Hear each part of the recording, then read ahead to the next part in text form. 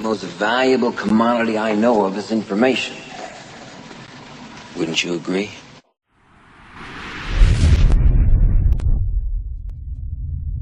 Introduction. We live in challenging times. Markets have become more volatile. Governments are ever more regulatory and grasping over their citizens' wealth. It's time to review the laws of money. In such changing conditions, it's easy to lose sight of the fact that we live in a very abundant world, that the laws of money and flow are eternal and natural, that nothing has really changed. Abundance is our birthright. Here in this little book, I will reiterate the main laws and principles from my other books on abundance. The trick to money is having some, and life was never meant to be a struggle, and encapsulate them for a fast and easy listen. These are the laws of money. They serve to remind us how to align effortlessly with flow and abundance. Money is energy. Your life is energy. You are a physical body, a personality formed from a collection of memories. But what you are in the end is a feeling. That feeling has a spiritual identity. It is your soul. Money is also a feeling of wealth, security, flow, and success. Sometimes money can be a feeling of importance and specialness, a feeling of power. Throughout history, philosophers and great religious leaders have taught that there is a divine abundance which ebbs and flows through our lives, as the seasons do. We are loved and provided for. Money is just a symbol of the infinite goodness, the compassion that gave us life. We intrinsically know how to manage on the physical plane. The knowing is God-given and natural. In these pages, I lay out the 10 commandments of money. This is not a rah-rah, up-and-at-'em, get-your-act-together book. Instead, we look at the psychological aspects of aligning to money. But you also find the deeper metaphysical secrets of abundance laid out here. The inner game, as some call it. They are the subtleties known only to some. Subtleties usually overlooked because they're not immediately obvious. We each have to search within to comprehend the ebb and flow of money in our lives. It's one of the great spiritual lessons of the earth plane. As our physical balance, love and compassion, interpersonal relationships, and the other experiences we collect in life. Money is important. First, because obviously we have to eat. Second, because as divine spirits, we get a free body, and we're spiritually required to take that body around the earth plane to collect life's experiences. Mobility is important. It grants you the wherewithal to delve deep within yourself, to pull out your true power.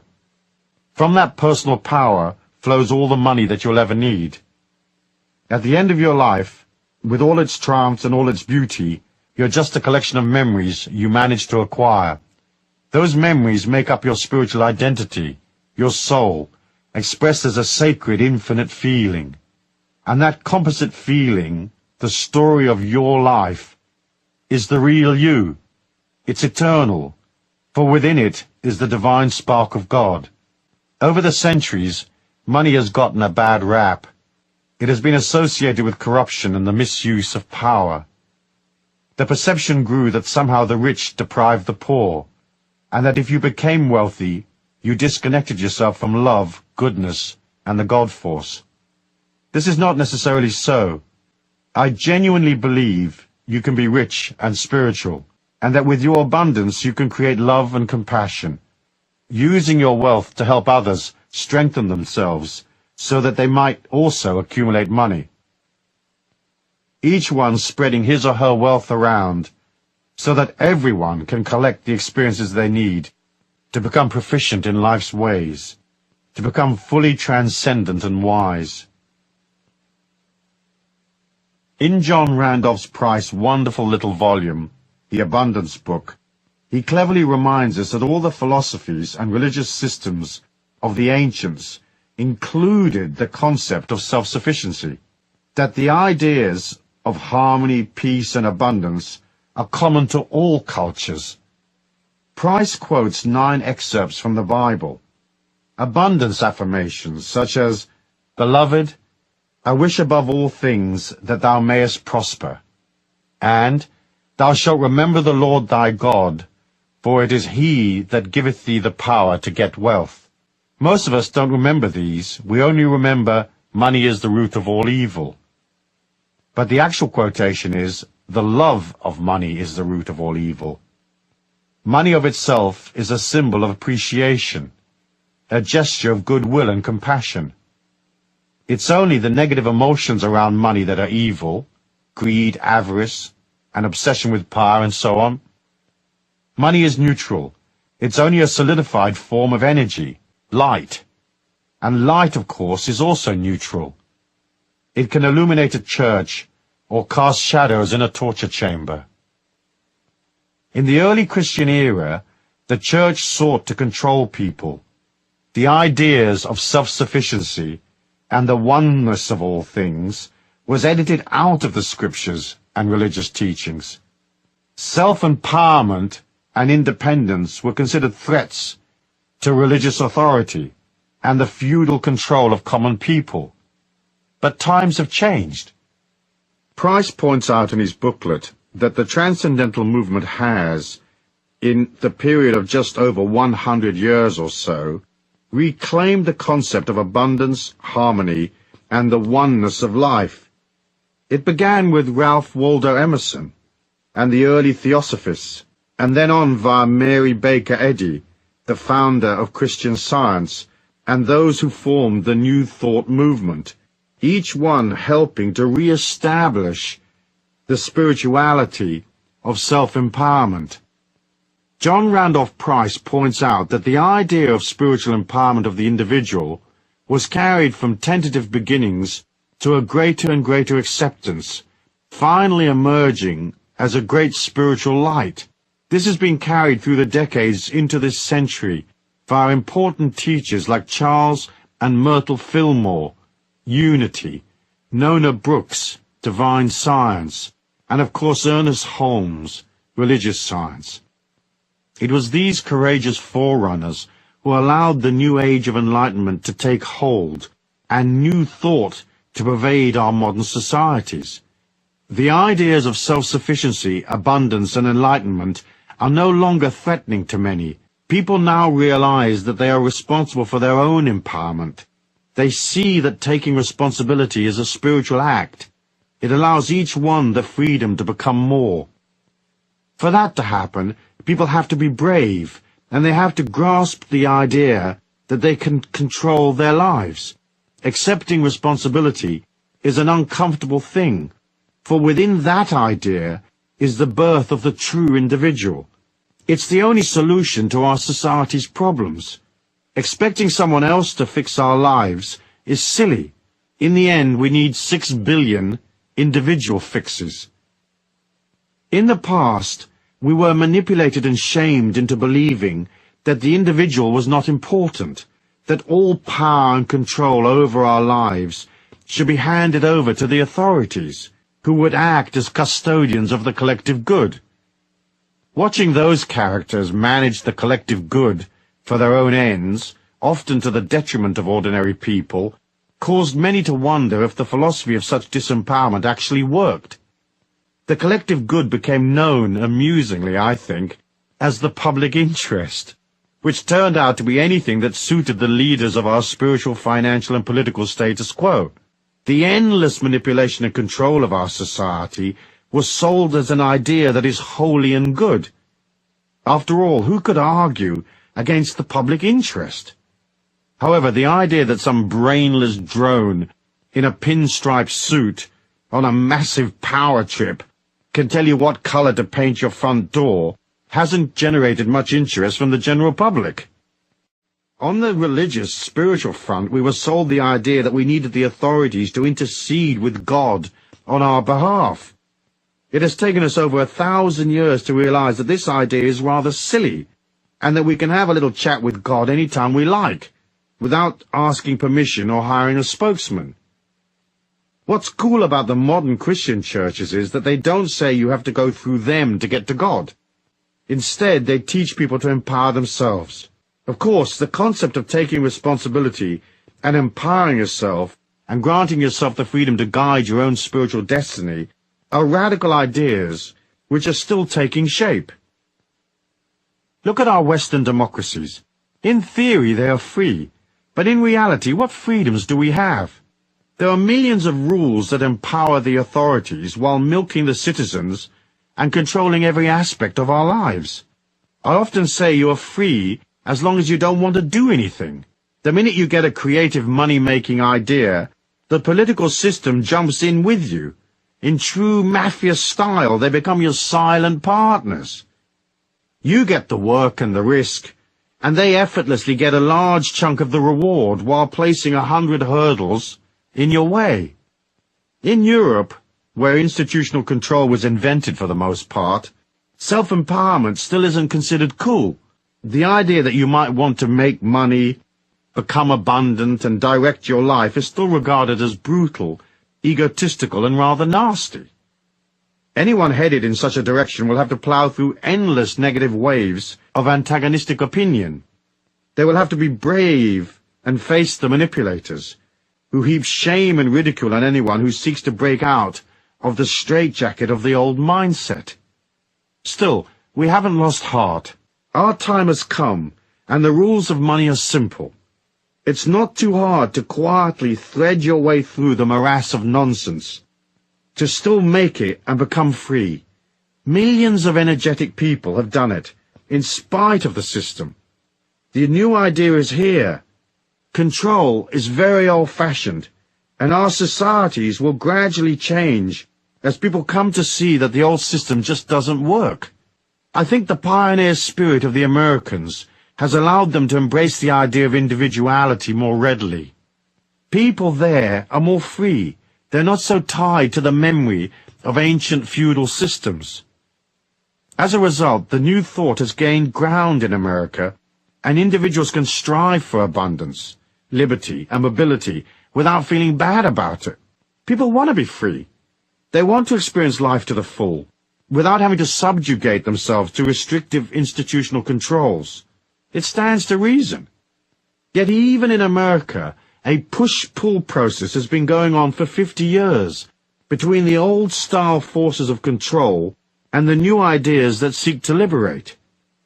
The advantage Americans have is that they aren't subjected to the shame inflicted on ordinary Europeans who seek self-empowerment and wealth. That fact allowed progressive religious leaders like Ernest Holmes to form Christian churches which taught self-empowerment. These progressive modern churches have radically changed the old ideas. They, more than anything else, have given birth to the Age of Enlightenment. Chuck in the hippies, flower power, and the New Age movement, and suddenly great swathes of the population are thinking differently.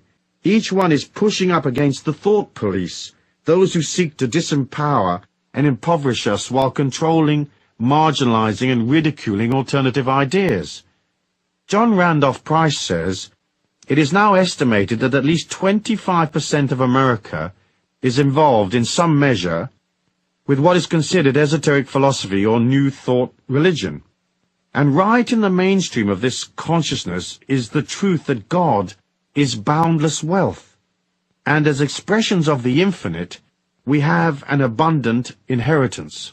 In the time frame of history, these ideas are brand new, and yet they have swept America like wildfire and spread from there across the Western world. The concept of abundance and self-reliance is being given a new image. Teachers have carried out the new idea, saying it's okay for individuals to take control of their lives, and wealth, when used sensibly, is spiritual, desirable, and above all, natural. That's not to say that poverty is necessarily unnatural, for some are born into difficult situations where they lack opportunity or education. Yet we can all rise, no matter how humble our origins, for money is energy, and generating energy requires nothing except enthusiasm. We should also remember that the inability to align to money in abundance is not a misfortune, nor is it necessarily bad luck, or a sad karma that you've been lumbered with. More often than not, a lack of money is the result of errors in the fine-tuning of the buttons and knobs that make up the real you. and your grand plan. The difference between the tramp and the millionaire is an almost imperceptible shift in consciousness and vitality. You too can make an upward shift simply and easily. You can learn to be more open and place yourself in the flow while learning the subtle laws of money and abundance so that life's opportunities come to you more naturally. It's all part of your spiritual journey. That is not to say that people who are very rich are necessarily very spiritual. Some are naturally adapted to the marketplace of life. However, in order to be a complete, whole, divine being with a bag full of memories and experiences, you may need to make the adjustments. So here are the 10 Commandments of Abundance, along with the underlying metaphysics and a brief discussion on what action you might take. I trust that I can remind you of the things you already know, bring to your perception things that you may have missed, and urge you to take certain actions so you can step into the prosperity and security which is a natural part of our human evolution. Yes, the rules and regulations of life can make things a bit harder, but if you have the knowledge, it becomes easy once more. By the end of this little book, I hope I will have convinced you of that. In addition, I hope that you will see that in some instances compassion can be described as the manifestation of love in action, and that money is, in part, the fuel by which you express a greater compassion, by transcending a poor self-image, loving yourself, being there for others, and being grateful for the immense gift that has been bestowed upon you, the first and greatest gift you will ever receive, the gift of life. The law of abundance is natural and God-given. Concept. Since the beginning of time, philosophers, visionaries, and great spiritual leaders have talked about the natural abundance of our planet. The difference between being aware of our natural abundance and owning a hefty portion of it is one of the main spiritual lessons we come to the earth plane to learn. It is the art of controlling energy and manifesting your thoughts and ideas. We live in a 3D world that reflects back to us the energy, words, feelings, and thoughts we put out. We're not all well versed in the manifestation technique, and it takes us time to learn it. But that of itself is a great blessing.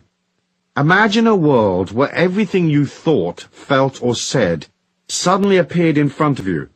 Sure, you could materialize $1 million on the kitchen table in 30 seconds flat. But each time you had a disquiet or a fear, you would also have a monster standing up against the refrigerator trying to eat your lunch. We come into this sluggish 3D world with the blessing of a special protection. We can have thoughts and feelings that don't instantly materialize in front of our eyes, as they do in some of the spiritual dimensions I've experimented in via the out-of-body state. So the fact that you can't just materialize money may seem a hindrance, but it's also a part of a greater protection, which allows you to learn the art of manifestation without getting hurt in the process. It isn't hard to see the abundance of our planet. You only have to look at the fruit trees in the fall, the lushness of life. We know that money is not rare, and that abundance is natural. Buckminster Fuller calculated that if all the wealth of the world were divided equally among its citizens, each and every one of us would be a millionaire. It's natural, therefore, for everybody to be abundant. Our natural state is rich. The thing that gets in our way are the feelings of lack, despair, confusion, and the inability to master the marketplace of life. More often than not, we get in our own way by placing in our thinking obstacles, detrimental ideas, and strange resentments that we have to clamber over to get to the honeypot. I'm sure by the end of this book we will have sorted that out, and you'll remember what you already know, namely that life is energy, money is energy, and there's plenty of both. Start by reminding yourself that there's loads and loads of money around. Perhaps it sounds a bit silly, but you ought to begin every day by telling yourself there is no shortage of money. In fact, there are untold trillions of dollars, yen, pounds, D-marks, and so on swishing about, more than you could ever spend. It's vital to understand that, and to remember that there are millions of millionaires. Lovely, rich people to whom you can sell ideas, products, energy, and so become a millionaire yourself. We've been programmed by the system to believe that there are shortages and lack, and that uncertainty is normal. It is not. The idea is a psychological racket designed to control people and keep them in line by making them fearful. Don't buy it. Most people suffering from a limited mindset have no comprehension of just how much money there actually is available to anyone with the will to step up and collect. Look at the ancient holy books. You will see they are full of hope and positive expectancy and abundant affirmations. In the Bible, for example, the words of Jesus are abundant. He lived in abundant times. There's no place in the Bible which says that Jesus wasn't making ends meet, even though Joseph and Mary were supposedly poor at the time of his birth. However, because we're taught a fear of power, it is naturally assumed that somehow money is evil, that rich people are dishonest and crooked, and that they feed upon little people. While the economic forces of our planet are certainly stacked in favor of the big institutions and governments, there's nothing stopping each one of us from gathering our fair share. It's hard to align to money if you think it's evil and nasty. But once you come to understand that money is neutral, that abundance is natural and spiritual, it's easy to see that having money does not necessarily deprive someone else. Many of the greatest teachers have given credence to this idea, that abundance is spiritual, and that it is your feelings and your thoughts that create the abundance for you. In fact, if you're wealthy, more often than not, you will be disposing of your money commercially and charitably, supporting people around you, and adding to the overall velocity and flow of wealth. As I said elsewhere in my writings, there are trillions of dollars zipping about electronically on any given day. Those electronic signals are literally passing through your body right now, as are all the TV and radio signals that are in your local area. If you stop and think about the millions flowing through your hands right now, imagine making a slight flick of the wrist in order to halt some of that loot in transit, so it sticks in the palm of your hand. A flick of the mind is faster than a flick of the wrist. Money is good. Greed is not good. However, there's no reason why you can't be very rich, stinking rich in fact, and still be extremely spiritual and a wonderfully generous person, aligned to the God force, with a huge heart and compassion for everyone you meet. Metaphysics. One of the inner concepts we have to grasp early on is that the whole of our reality exists in a wave-particle duality. I'm going to deal with this idea in detail in law number 5, but I'd like to mention it here in passing, as it is a key factor in understanding why some people are rich and others aren't. What the wave-particle duality means at a quantum level is that our supposedly solid reality is not actually solid at all. That everything exists in an oscillation or a hazy wave. It is ill-defined. This hazy wave condition remains the same until a particle is observed, whereupon it changes from being somewhere in a hazy state to being solid and existing in a defined place. The metaphysics of money and our ideas around money and abundance follow much the same path as the laws of quantum physics. In order for money to become part of your life, it has to go from a hazy wave state of ideas, dreaming, wishing, yearning, and vague maybes into a solid state, a dollar bill, credit in your bank account, a coin in your pocket. If you can convince yourself at the very deepest level of your being that there is no lack, no unfairness, no discrimination, that making money isn't hard, you suddenly open yourself to greater wealth. This is because you've collapsed your self-denial, your aversions and resentments, and you've flipped from the insecure, hazy wave state that says, where's the rent coming from, to the solid particle state, Suddenly you know it's coming, 'cause the check's in your hand. In collapsing your hazy wave money dysfunction, you open yourself to endless points of abundance. This simple click of the mind opens the door metaphysically. Remember, all points of abundance, points in our 3D reality where money is actually delivered, where transactions take place, are solid particle states, not hazy waves. So to make the manifestation process work for us, we have to put aside all our hazy wave ideas of lack. We have to become centered and aligned to the solid symbols of abundance. We have to know we can do it. When thinking about your money flow, say to yourself this: there is a way, and I will definitely find it.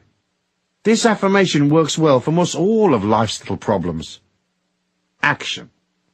Take a little time over the next few days to stop and concentrate on things that you consider to be manifestations of abundance. Go to places where wealthy people hang out. Look at the symbols of their wealth and affirm the abundance of this earthly dimension is holy and good. Yes, money can be used for evil purposes, but in itself it has no energy. To make your feelings right, you've got to agree that abundance is natural. You can't look at abundance with anger or envy. You can't become abundant if you exclude yourself. So when you see a person in a limousine wearing fine clothes, if you say consciously or subconsciously, "What a rat! That lifestyle's not for me. Poverty is holy and good," you deny your potential. It isn't easy for most ordinary people to look at extreme manifestations of wealth and join in the idea. The ego is too racked with jealousy or inadequacy and judgment. We'll look at a palace and we'll say, "That's not my kind of house." We'll see expensive things and say, "That's far too much for me." To be abundant is simple, but first you have to be able to join with your feelings. It's not vital that you can instantly visualize yourself in the presidential suite of a 5-star hotel, providing you don't deny yourself the possibility. In other words, you may say, "I don't have to stay at the Grand Hotel, but it's certainly something I could take in my stride. It's certainly something that I'm pleased exists. Moreover, I'm thrilled for the people checking into the presidential suite right now." In this way, you switch from the negative affirmation that money is bad and poverty holy to the idea that money is neutral, that abundance is natural and God-given. So, acknowledging abundance as a daily affirmation is a part of your disciplined action plan. Make a point of noticing the plum tree full of fruit. Gaze at fields of wheat. Meditate on the endless rows of vegetables at the supermarket. Accept the warmth of the sun as it rises each morning, and engage your childlike self in awe at the abundance of stars in the night sky. Now do this. Get a 7-day candle, one of those votive candles in a glass jar, and place it in the southwest corner of your home. With the candle you can place any sacred or power objects you may have. Next, you'll write a letter to the universe at large asking for a cash refund. I'll explain. In this lifetime you've worked, and you've helped people, and you've loved and cared for them, and you've generated good energy, much of which you didn't get paid for because naturally you didn't expect to get paid for kindness.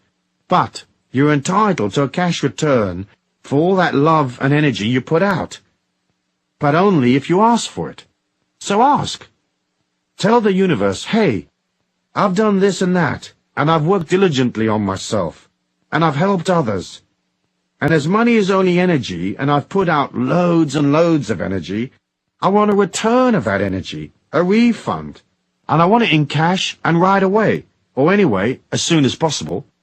Add a sentence that says you love and believe in yourself, that you love and believe in others, that you know the world is abundant, and that you feel worthy and entitled to your cash refund. Light the candle and put the letter with it. Then each day visit your sacred spot and ponder on the imminent arrival of your refund. Do this until your refund appears, restating your affirmations and replacing the candle each week for as long as is necessary. It's okay to leave these candles burning all the time. Just make sure it's in a safe place. Expect a surprise. You'll be amazed. When I did this exercise, I waited for a few weeks and then $30,000 dropped in my lap unexpectedly. Nice refund, I'm thinking. Chapter 2. The Law of Flow. Concept. Everyone can get their head around the idea that abundance flows. We watch it daily, flowing and not flowing. Here's the subtle trick to being in the flow. But first, let me remind you that a positive attitude goes almost without saying. The more you moan and affirm you don't have enough money, the more it slips from your grasp. Maddening, really. But when it slips away, that of itself becomes a negative affirmation of how unfair the system seems to be. Of course, it isn't unfair. It's just energy in motion, responding to feelings. To those that have, more shall be added, and to those who don't have, a chunk will be taken away. So the first rule of flow is to constantly tell your mind you are rich. There are many manifestations of wealth that aren't necessarily cash. Love, friendship, nature, sweet sensations, pleasing emotions, etc., etc. Rich is a way of viewing life. So tell yourself, I want to view the world with a kindly eye. I want to view it richly.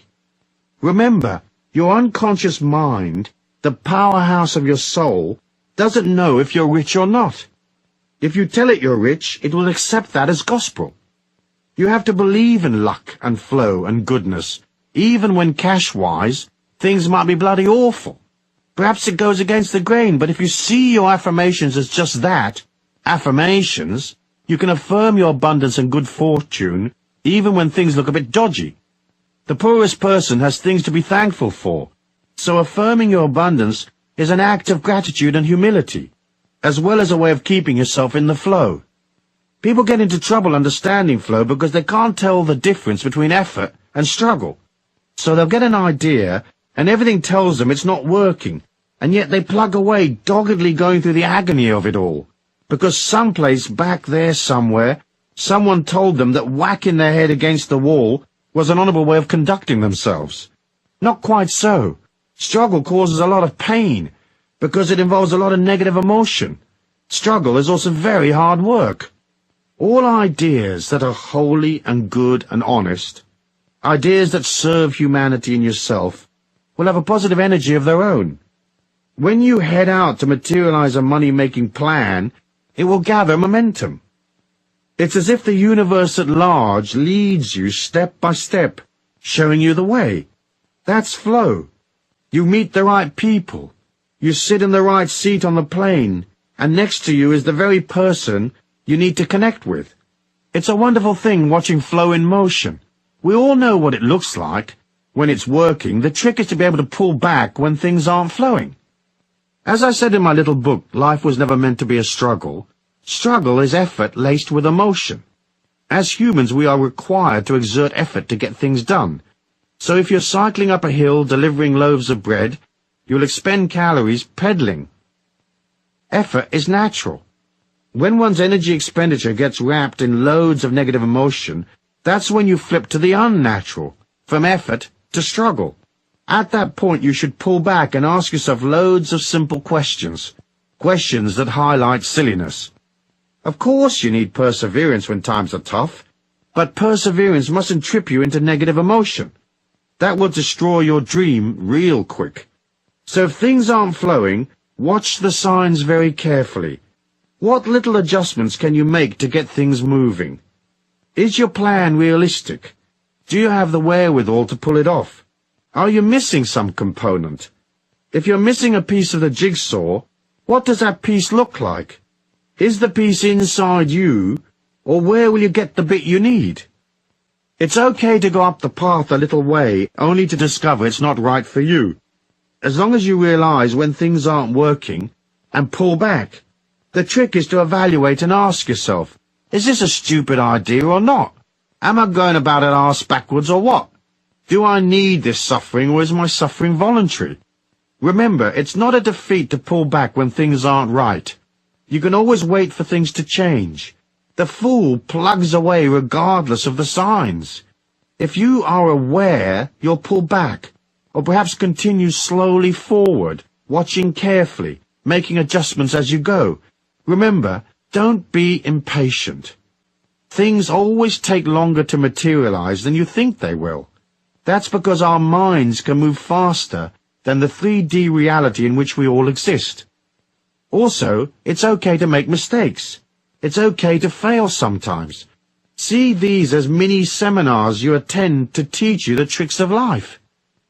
Of course, the main trick is to be flexible and easygoing and light-hearted, and to learn, learn, learn. Life's a seminar. We learn by stuffing it up. So be kind to yourself. Although flow often seems a form of magic, it actually stems initially from order and planning. It's much easier to experience a great good fortune when you're organized and ready and able to receive the abundance due to you. So ask yourself, am I ready? If someone shows up right now with my special opportunity, can I respond? Am I flexible? Can I move and go in an instant? Flow is energy in motion. So you have to become the embodiment of energy in motion, i.e. flexible, fluid, and fast on your feet. In passing, let's look at risk and reward. To make money, you will have to take risks, even if it's just your time on the line. The key to risk-taking is knowledge. For example, gambling is betting on an unknown outcome. Investing is betting on known possibilities. The difference is knowledge and the quality of your information. So when the amateur blackjack player is pitching his money on the run of the cards, he's gambling. But the professional card player has knowledge and additional information. He can count cards as they come past and make informed decisions about what is to happen next. He's not gambling. He's investing his money in a planned and reasonable way on what might seem to others a random outcome. His knowledge and ability change the random nature of the game into one of near certainty. He is not struggling, he's working, just as the croupier and cocktail waitress are working. So struggle can be avoided by collecting information, lots of it, learning and watching and topping up on your game of life. Moving through life with ability and knowledge, you go from gambling on life to investing in life. We all have to accept risk. Crossing the street is a risk, just one we're used to. The trick is to have enough information so that you're betting on outcomes that are almost certain. When the outcome isn't certain, you ought to design your involvement to ensure there's an easy and inexpensive escape route. Remember, as I've said before elsewhere, never go into anything without figuring out where the exit is. Never commit until you have to, and not until you have enough information. Try to make sure there's a back door to whatever commitment you make, unless, of course, you're very, very sure of your involvement.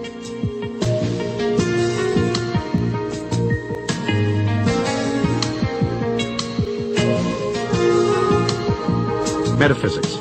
The metaphysics of flow is easy to comprehend. You figure it with your feelings. Your feelings are enormously powerful. They are your extrasensory perception. The mind can deduce from what it already knows and guess at an outcome.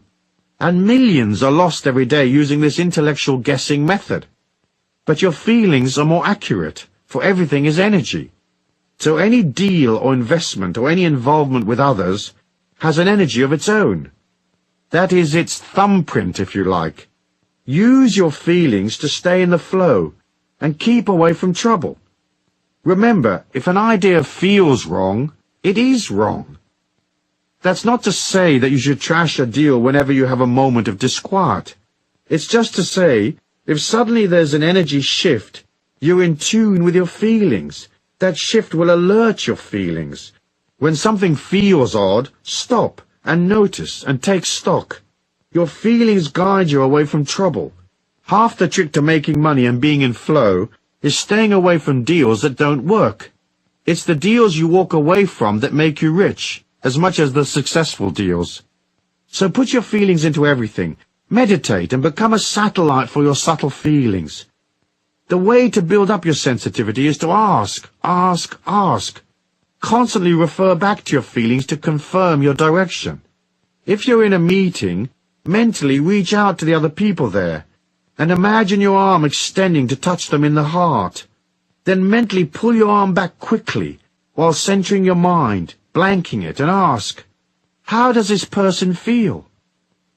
Edgy, arrogant, angry, excited, crooked, safe, loving, kind, and so on. Your first impression will be the correct one. The litmus test to referring to your feelings should be used many times a day. Energy shifts constantly, so you'll want to be aware, especially when dealing with other people. How does this situation or person feel right now?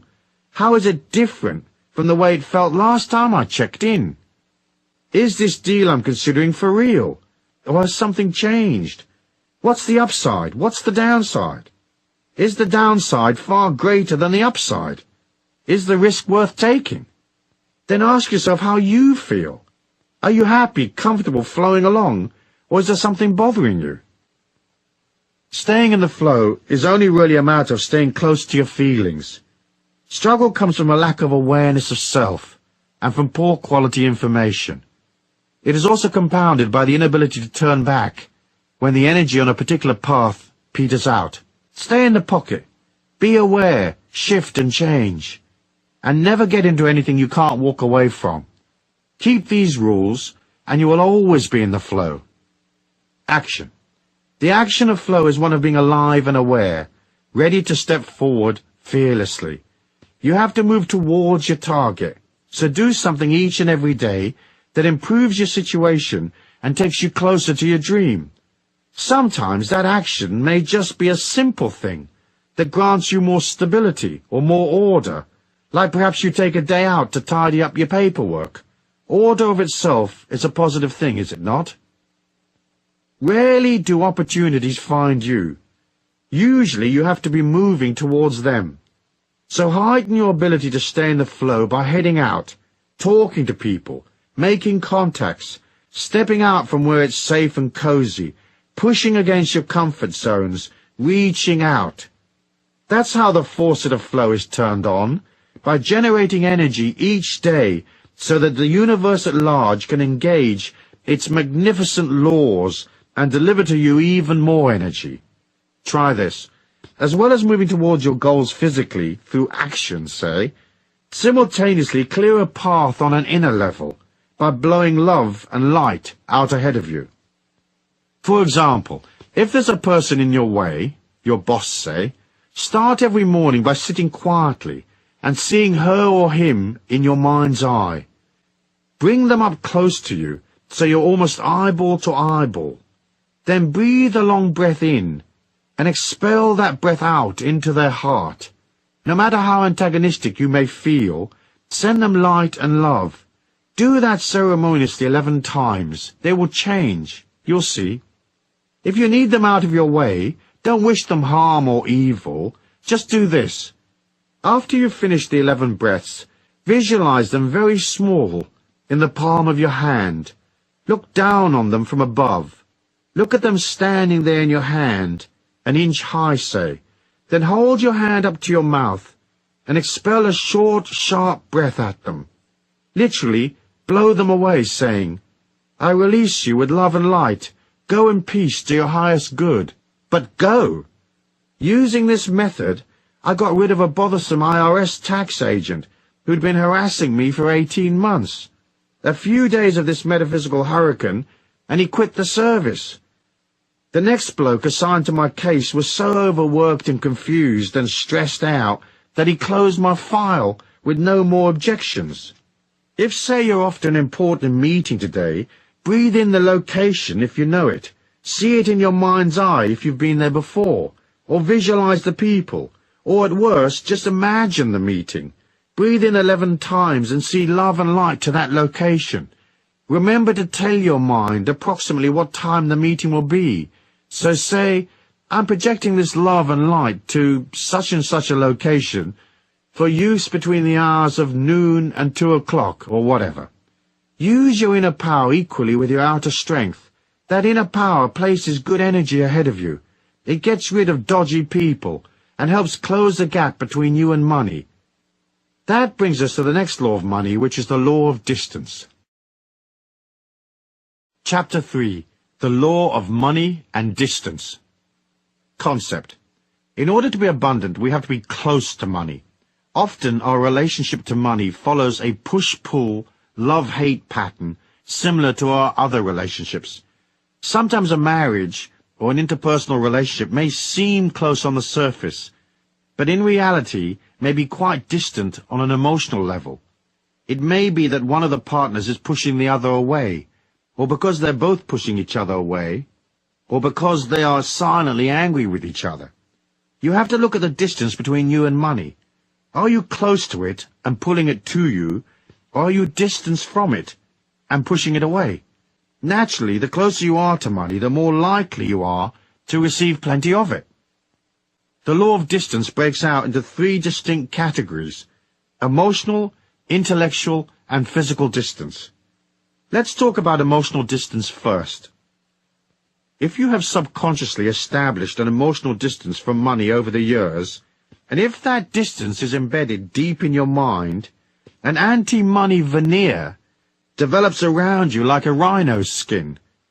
It's a bubble of energy that disempowers you, denying you access to the green stuff. In a weird way, the anti-money veneer is trying to protect you from getting money. It establishes itself over the years. It's partly due to the anti-money feelings you hold, as discussed previously, but mostly it's sustained by what you feel about yourself. I'll deal with that in more detail when I talk about money and love in law number 10, but one example is self-hate. If you don't respect yourself, it's hard for people to grant you worth, so people will always undervalue you. If, say, you've always felt yourself to be an outcast, you may exclude yourself from the marketplace of life because you've excluded yourself socially. You may find you're always too late for the real money. You just missed the boat because your energy isn't inclusive enough. Not being able to include yourself, you find a subtle way to deny yourself the very thing you want. Meanwhile, you may still act out the chase, trying for the deal but not quite making it. This way you can feel okay about your efforts. You can kid yourself you tried real hard, but deep down you had your inner sabotage program ready to kick in. It's the mind's way of falsely endorsing itself, saying, I tried hard, so I must be righteous and good. And I've only just missed. What bad luck. It's not my fault. You see yourself as an honorable struggler, denied through no fault of your own. Many believe that asking for money is unholy or wrong. Most won't even admit they want the money that they're asking for. Weird. Our society is pre-programmed to keep us all poor. We don't have to ask for oxygen, and money is a type of oxygen. You can't operate out of, if I don't breathe, will you love me? If I don't charge you, will you consider me holy and good and a nice person? Will you accept me? If asking is an issue for you, practice, practice, practice. Start at the bathroom mirror. Imagine your customers, boss, whoever, there in front of you.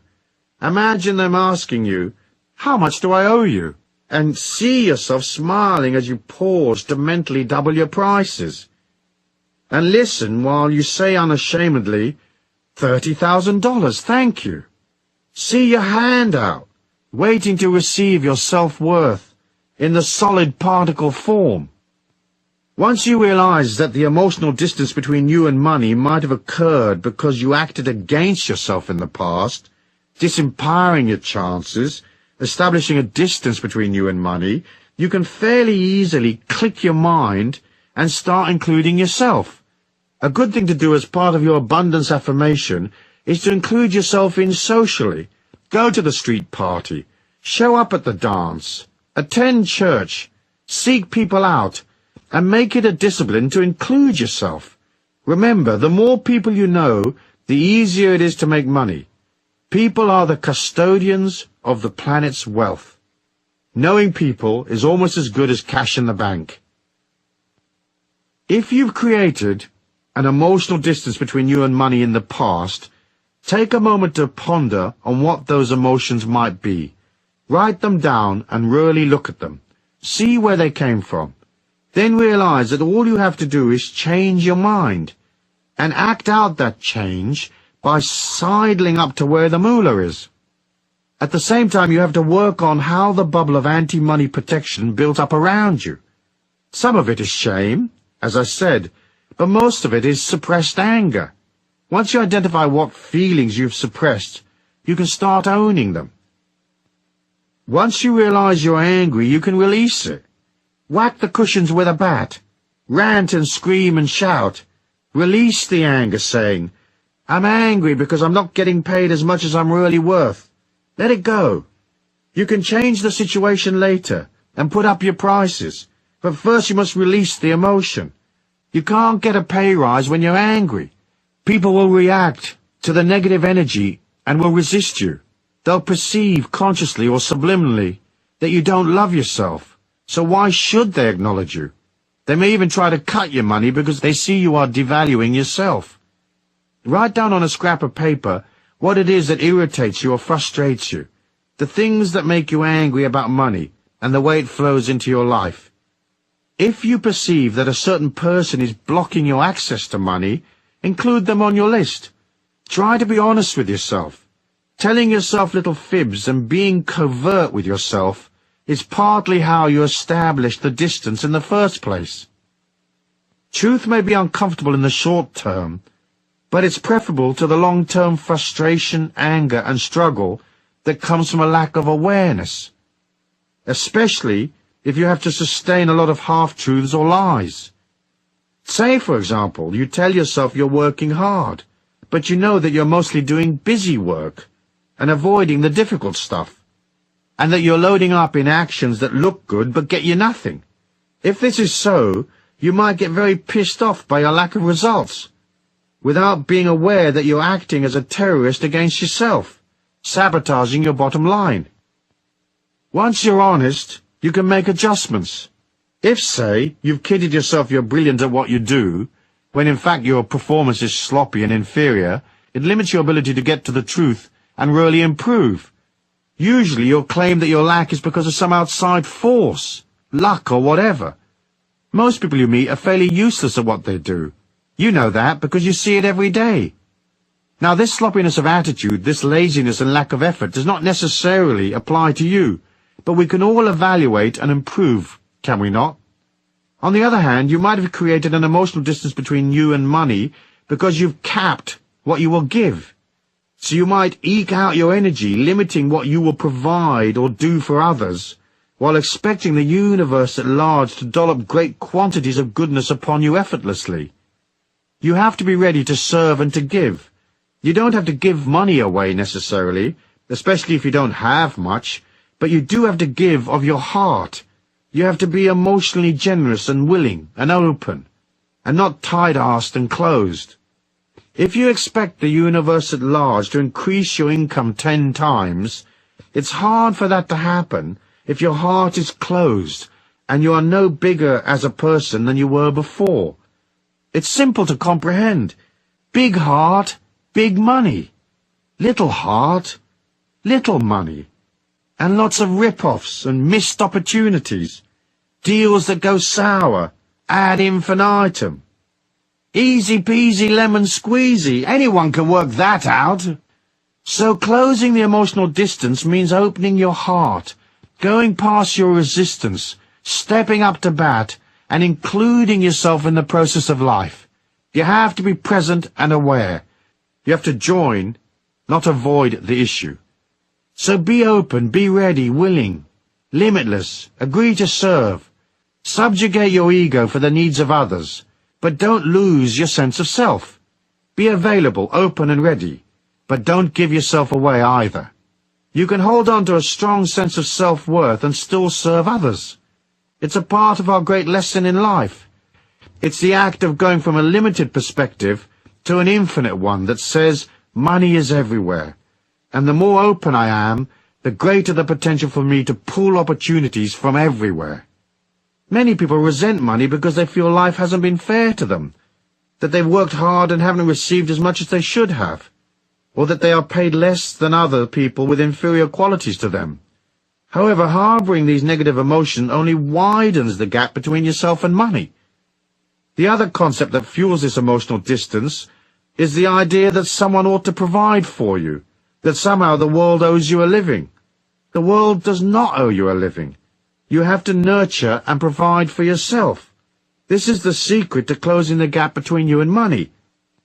Rather than blaming others, projecting your disquiet and lack, or your anger about money onto other people, begin to own your feelings.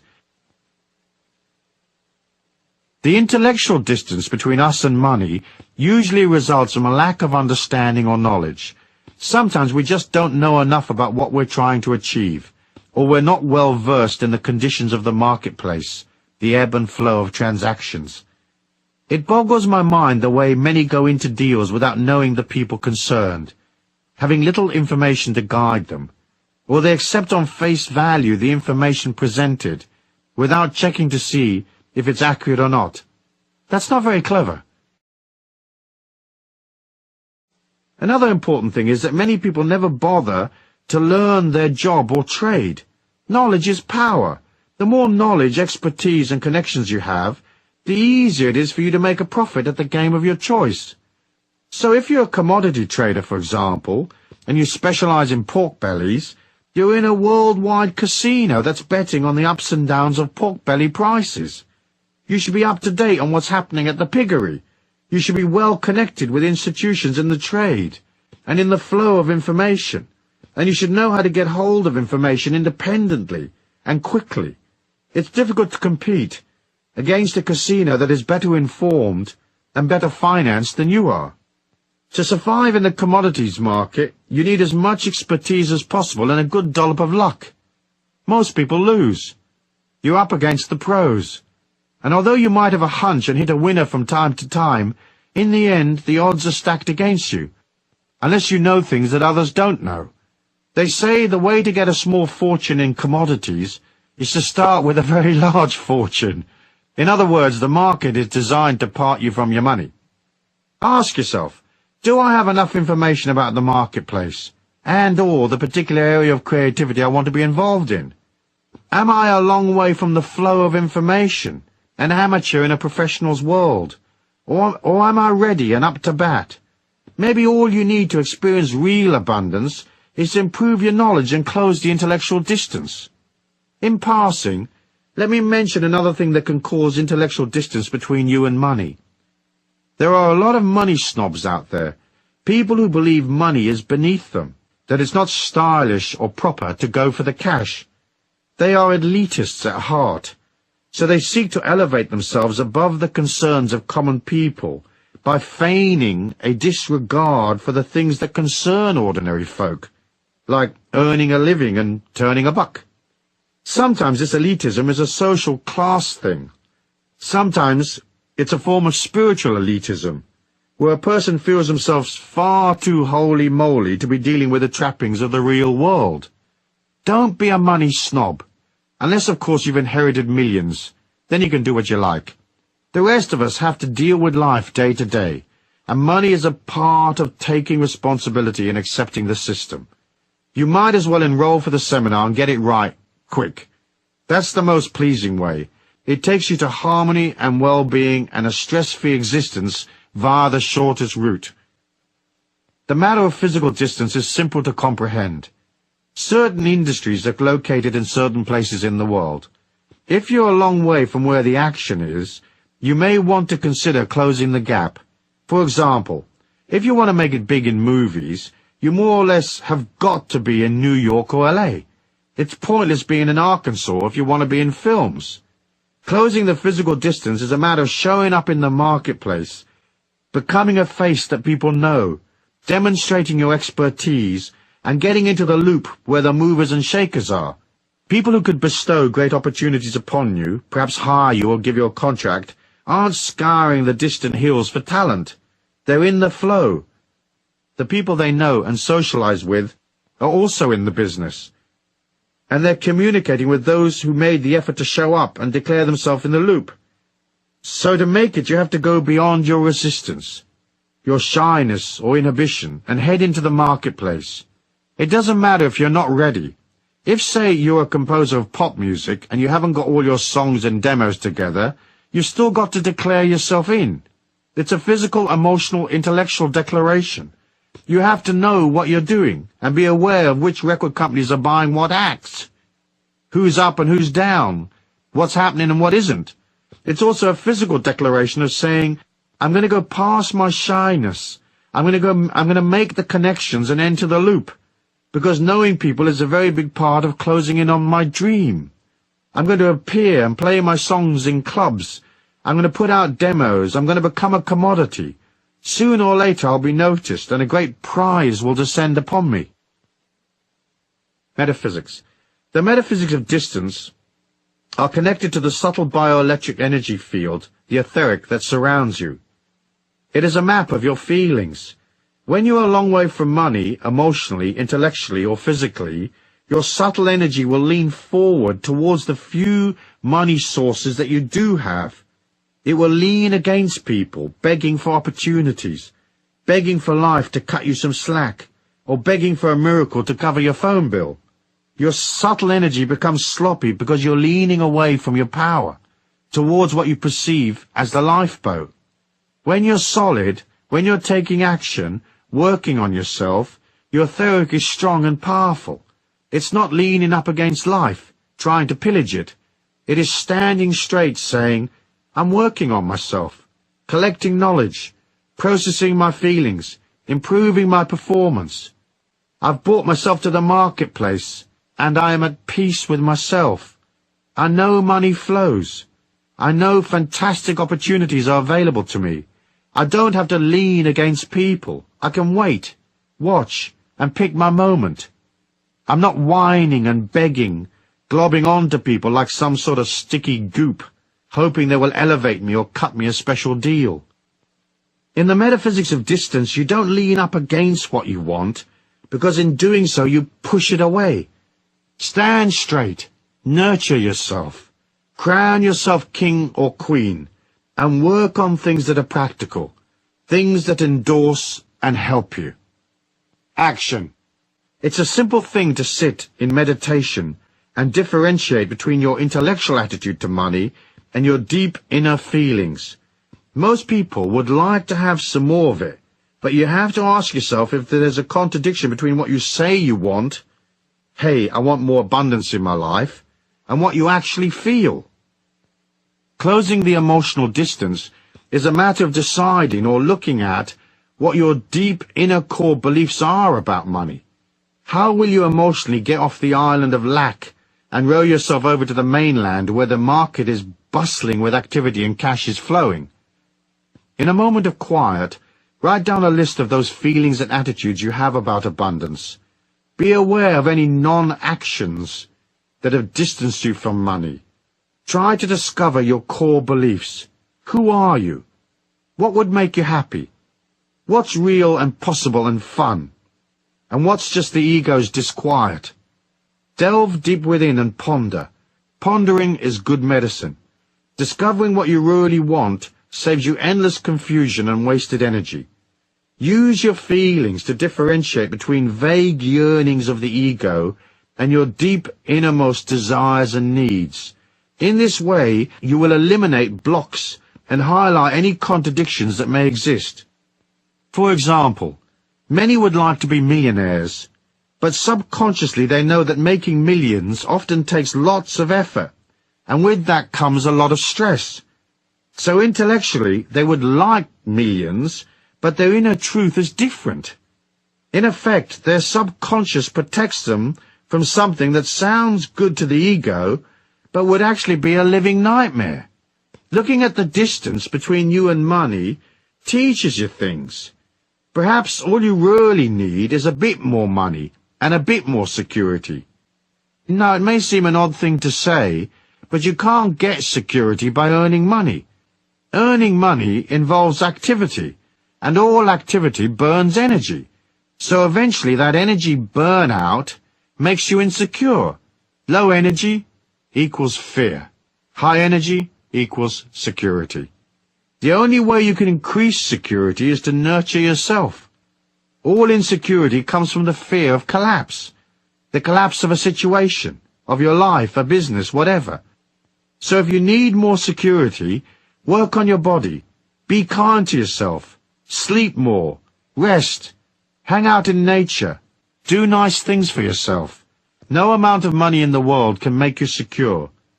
Of course you can combine hard work with self-care, but you have to work at it. I was having dinner with Deepak Chopra recently. He's a successful author and lecturer, constantly jetting around the world. Yet he maintains balance by finding time to work out, no matter where he is, and by maintaining a very healthy diet. He told me that every 3 months he takes 5 days off on his own. He goes somewhere remote like a desert and stays there in silence. No phones, no people, nothing but him and silence. It's a brilliant idea. He rebuilds his energy by pulling back, and then he's ready to zip around for another 3 months. Get in touch with who you are. See what motivations are real, and which ones come just from the intellect and ego. Perhaps you don't really need the aggro of piles and piles of activity and responsibility. Perhaps all you need is a carefree life, with some good creativity, loads of friends, and plenty of fun and games. In the end, you must both take care of the inner spiritual self and satisfy the many needs of the outer self. It's a balancing act, like everything is a balancing act.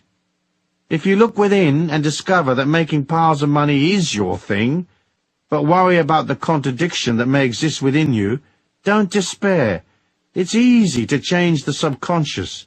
You just tell it that you've decided to change. You can easily rewrite your subconscious mind. You just keep telling it something different. You may have to do so over a period of days and weeks, but it's simple to agree to change your mind. It's also easy to see that abundance comes from closing all of the gaps. That idea of itself gives one a lot of hope and determination for the future. Of course, it's not just the emotional, intellectual, and physical gaps between you and money. The real gap is always between what you think you want and what you actually want. Deep down. Once you arrive at the truth, deep within, you've come home spiritually. You've returned to the source, where your divinity exists. In there you will find the truth, the meaning of life, and you'll see what it is that you want to do, what you want to offer the world in this lifetime. It's there in the deepest recesses that you find your connection to all things. From that stems a sense of immortality, and from that comes security. Bingo! Meanwhile, you could probably use more cash, so as a part of your action plan, do this. Get your checkbook out and write yourself a nice fat check, payable to you and post-dated. Then pin it up on your fridge or bulletin board and look at it from time to time.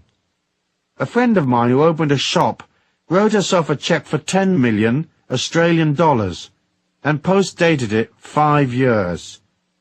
Her shops did well, and she probably had a few million when a company proposed that she franchise her stores. The deal was worth about 7 million. The franchise deal came in with just a few days of the 5 years left. In the end, she decided that she was into creativity, not accountants and lawyers and all the stress that comes with a deal like that. So she didn't follow through. But she was satisfied, though, because the universe did provide for her check to be made good, even though she didn't take the potential 7 million on offer, which would have given her a total of 10 million. I'm sure she'll get to her 10 million in the end. She'll just go about it in a less stressful way, a way that suits her creativity. Chapter 4. The Spiritual Law of Supply and Demand. Concept.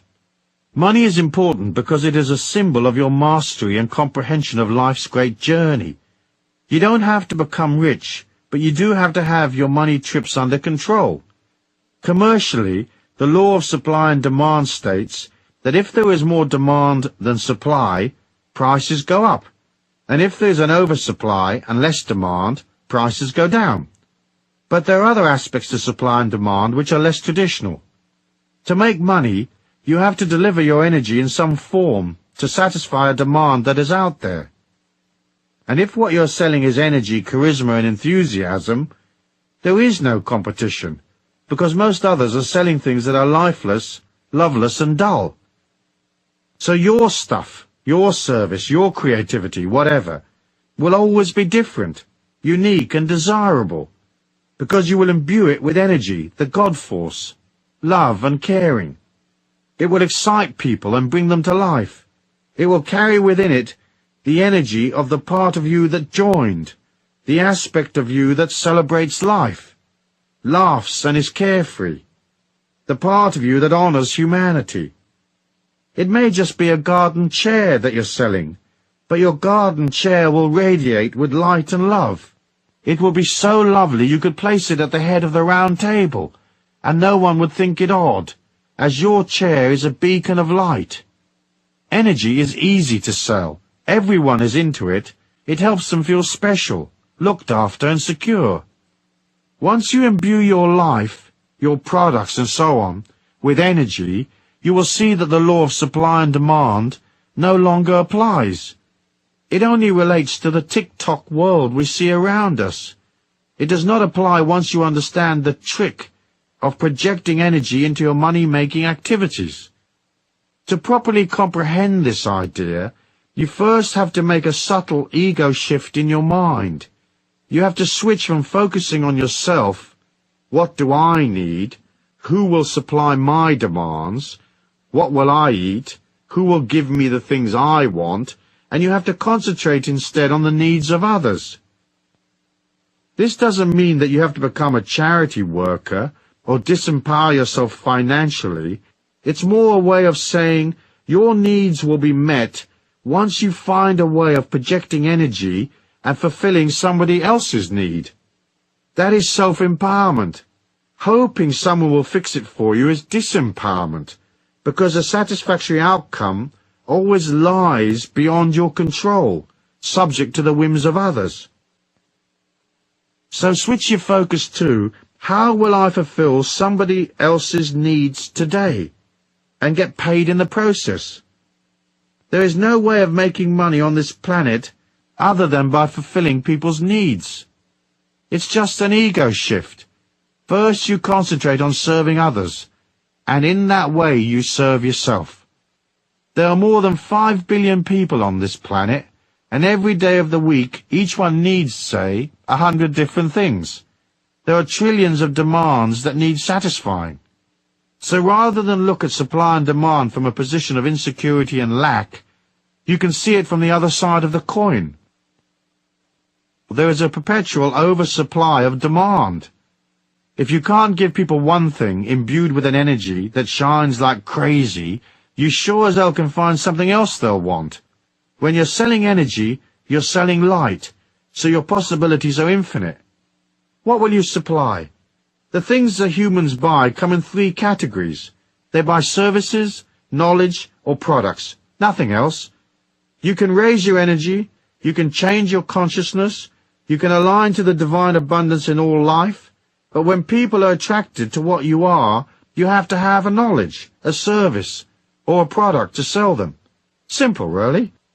By concentrating on what people need, you become abundant. When you look at the marketplace of life, isn't it true that so many products don't work? How many restaurants have you eaten in that are not clean or customer-oriented? How many businesses exist just to screw people, rather than to love them and satisfy their needs? There are so many shoddy products and rip-off merchants who haven't clicked into, how will I fulfill my customers' needs? Often, a customer's needs may just be an emotional need to talk to you about their life while you're selling them something.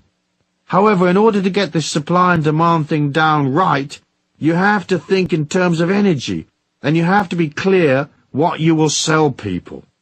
Providing a service is not usually as profitable as selling knowledge or a product, because more often than not, services have to be delivered personally, and there's a limit to how many hours a day you can deliver the service, and at what price you can charge.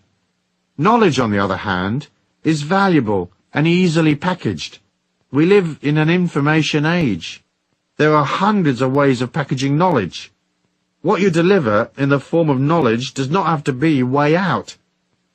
It just has to be presented concisely, inexpensively perhaps, and with originality. If you have knowledge that people want, you can quickly become wealthy.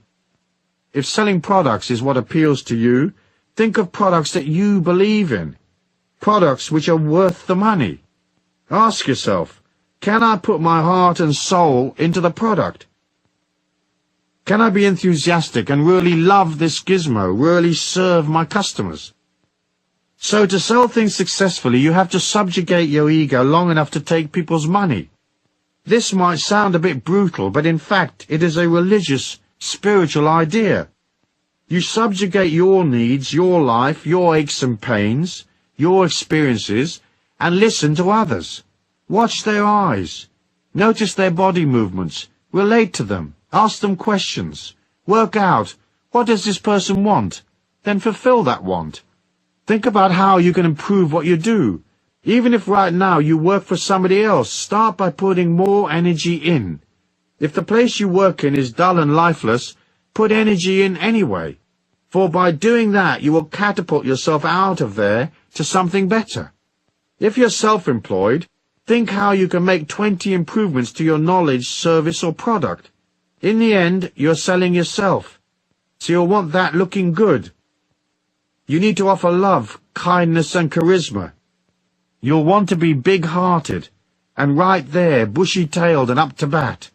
So ask yourself, are you eyeball to eyeball with life, ready to serve?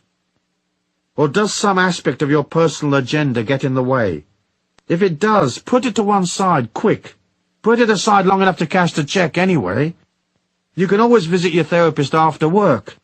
So offer beauty in an ugly world. Offer kindness where ego and greed predominate. Be accommodating and free-flowing when others are uptight, edgy and stiff.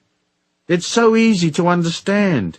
Take the product you're selling and visualize the divine light shining upon you.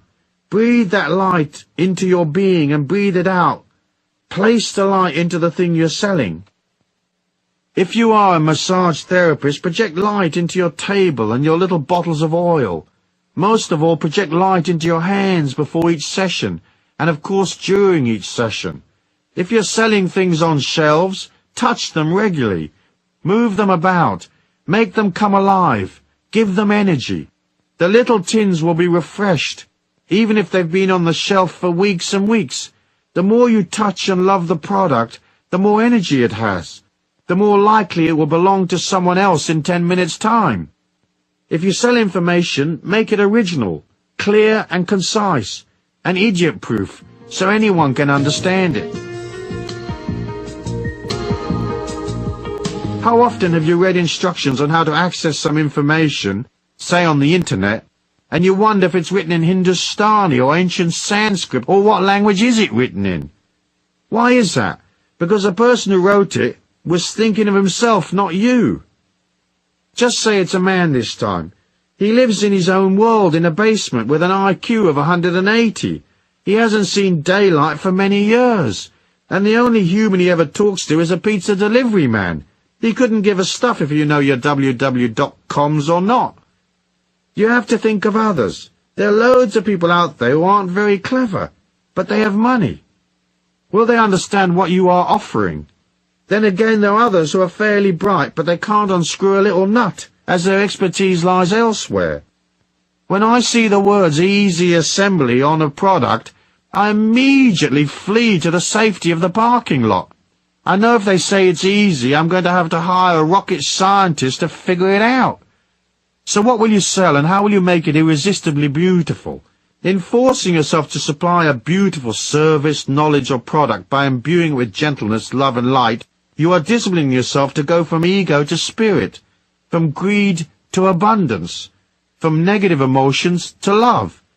When you concentrate on people and you provide things for them, you're falling in love with them. Choose love to make your life abundant, and that love should be more or less unconditional, as best as you can manage anyway. Never forget that. Metaphysics. Inside your life's energy, personality, and mind is an oscillating molecule of infinite goodness, the divine light, the Christ consciousness. If you align to that infinity within you, You will always have energy. There's no limit to the amount of God force you can have. By concentrating on goodness, processing your shadow side, disciplining yourself beyond bad habits, and meditating on the light, you'll become a light being. As you glow effortlessly with this energy, you will project that light into what you do. So you may not only be selling apples that are nutritious and tasty to eat, but apples that come with a little bit of your God force energy. You never have to compete once you infuse yourself and what you do with light. So your apples will outsell everybody else's. It's a matter of calling the light into your life. Put energy in. Visualize light going into the service you provide. Put light into your CD, musical tape, or the book you're packaging your knowledge in.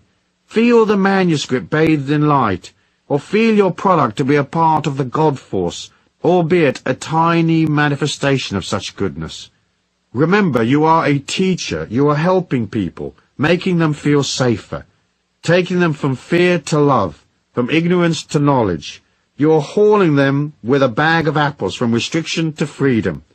By mentally pushing these ideas into what you do, you are projecting the light out from yourself, and you're offering God.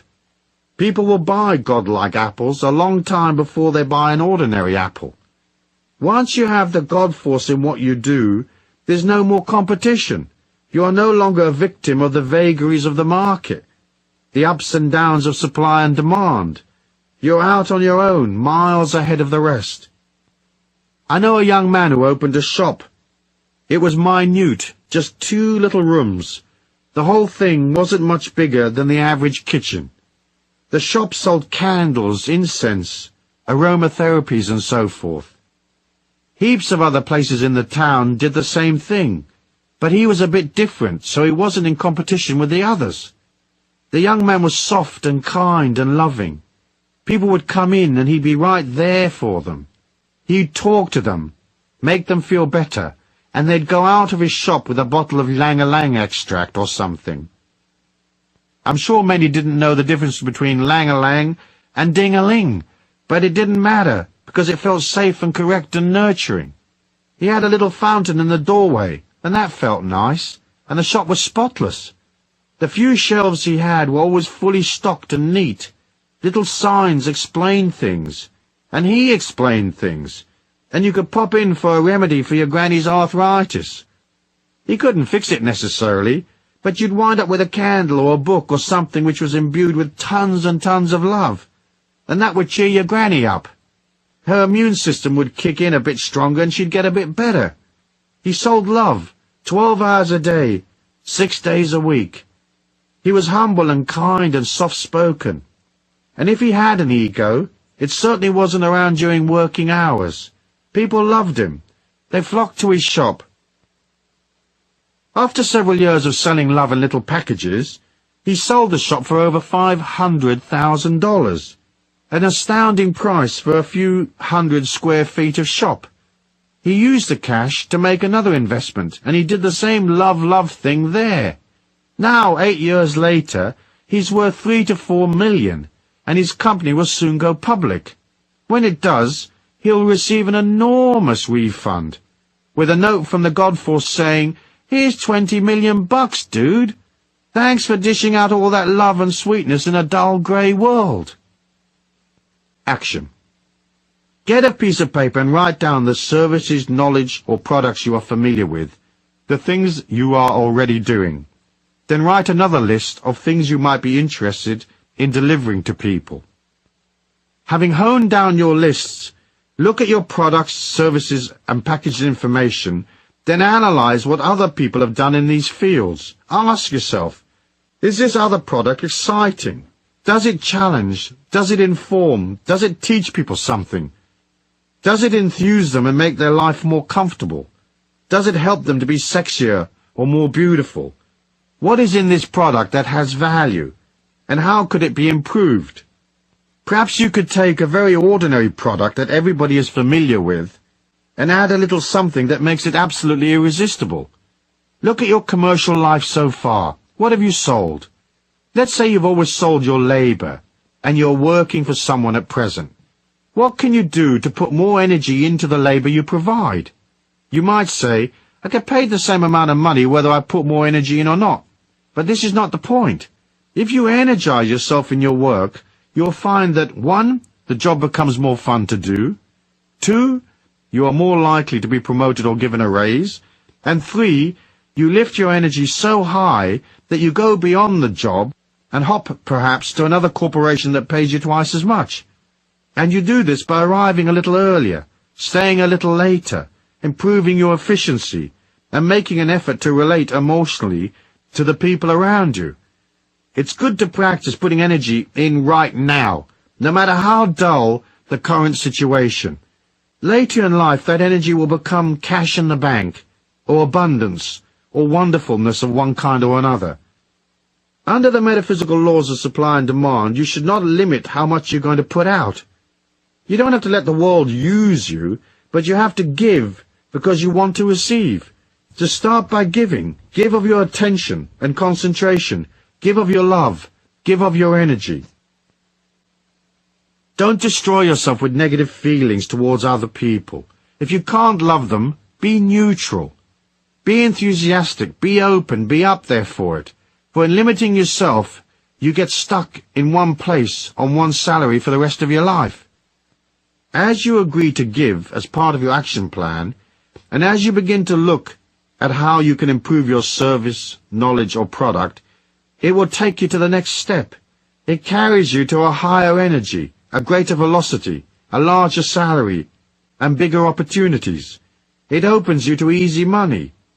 You'll find some money, or win some, or a great dollop of moolah suddenly drops in your lap. Expect a payoff. Excuse me, what do you want to do tonight?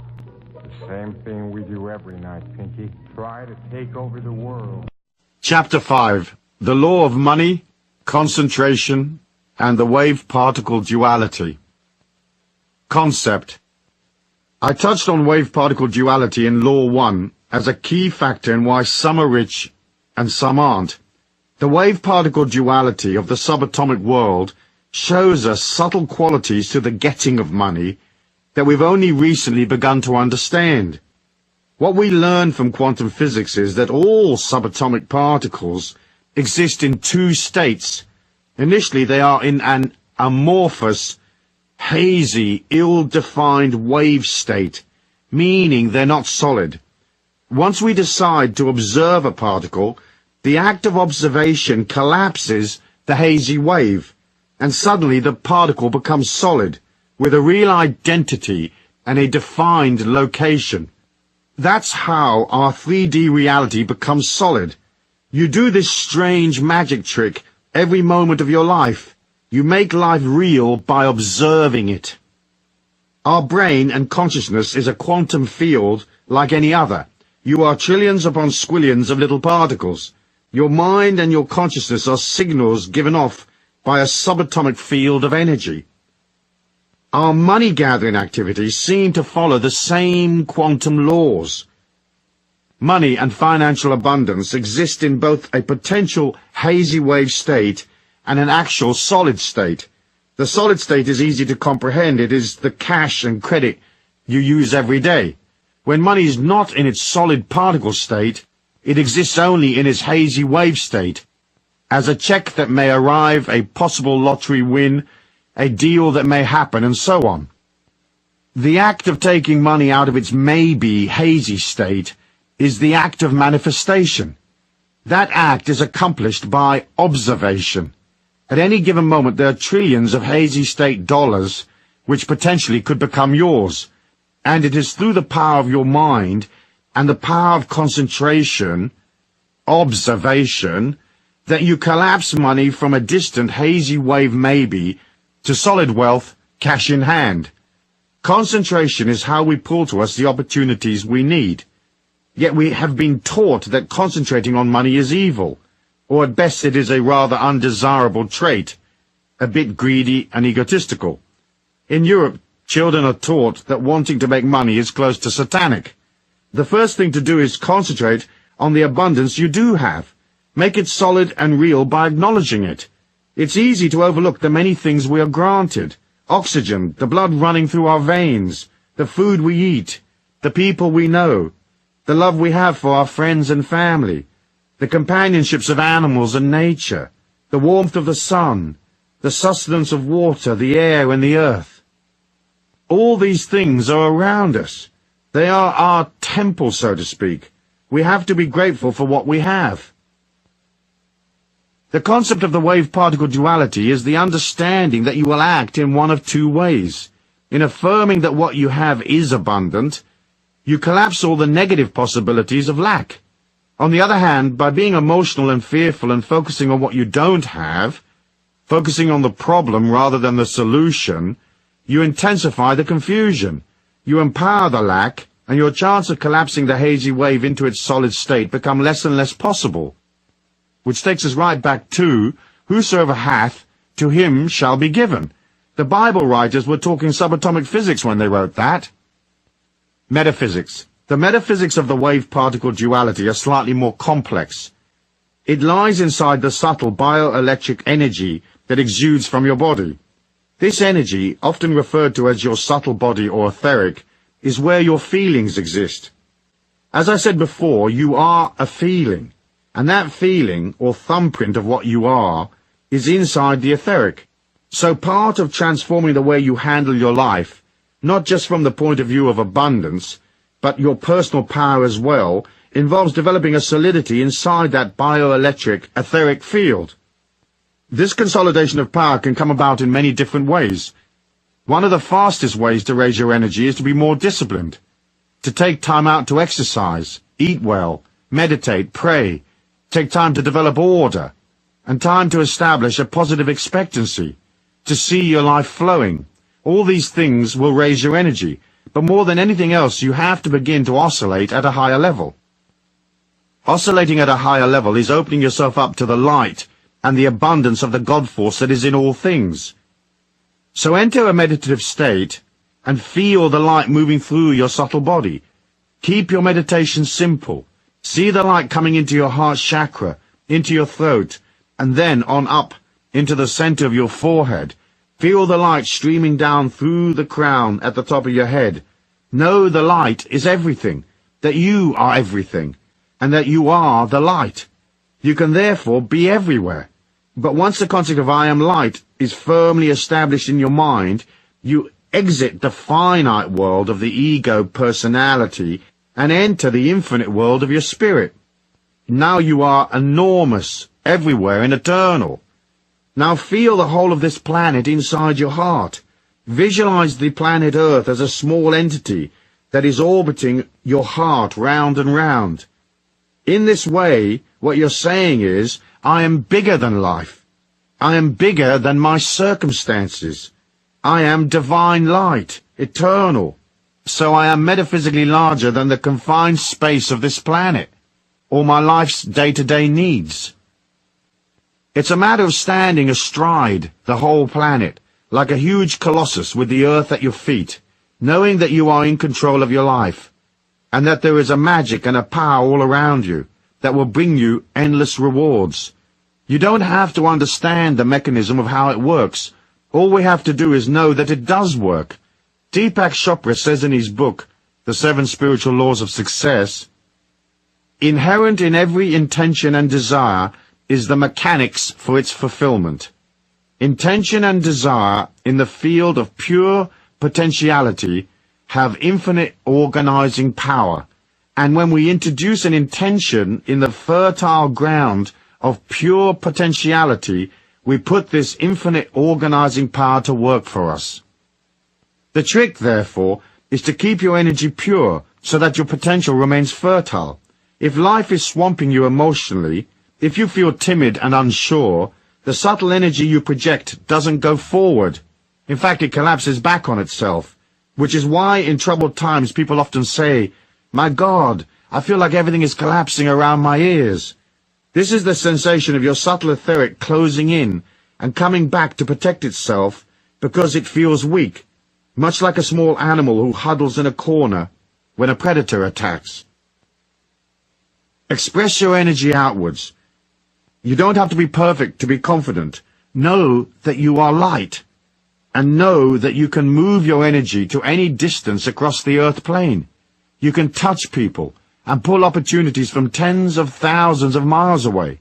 Distance is not involved when you live at the level of the divine light of God's abundance. There is no distance, so there is no limit to how far you can reach or how well you can do.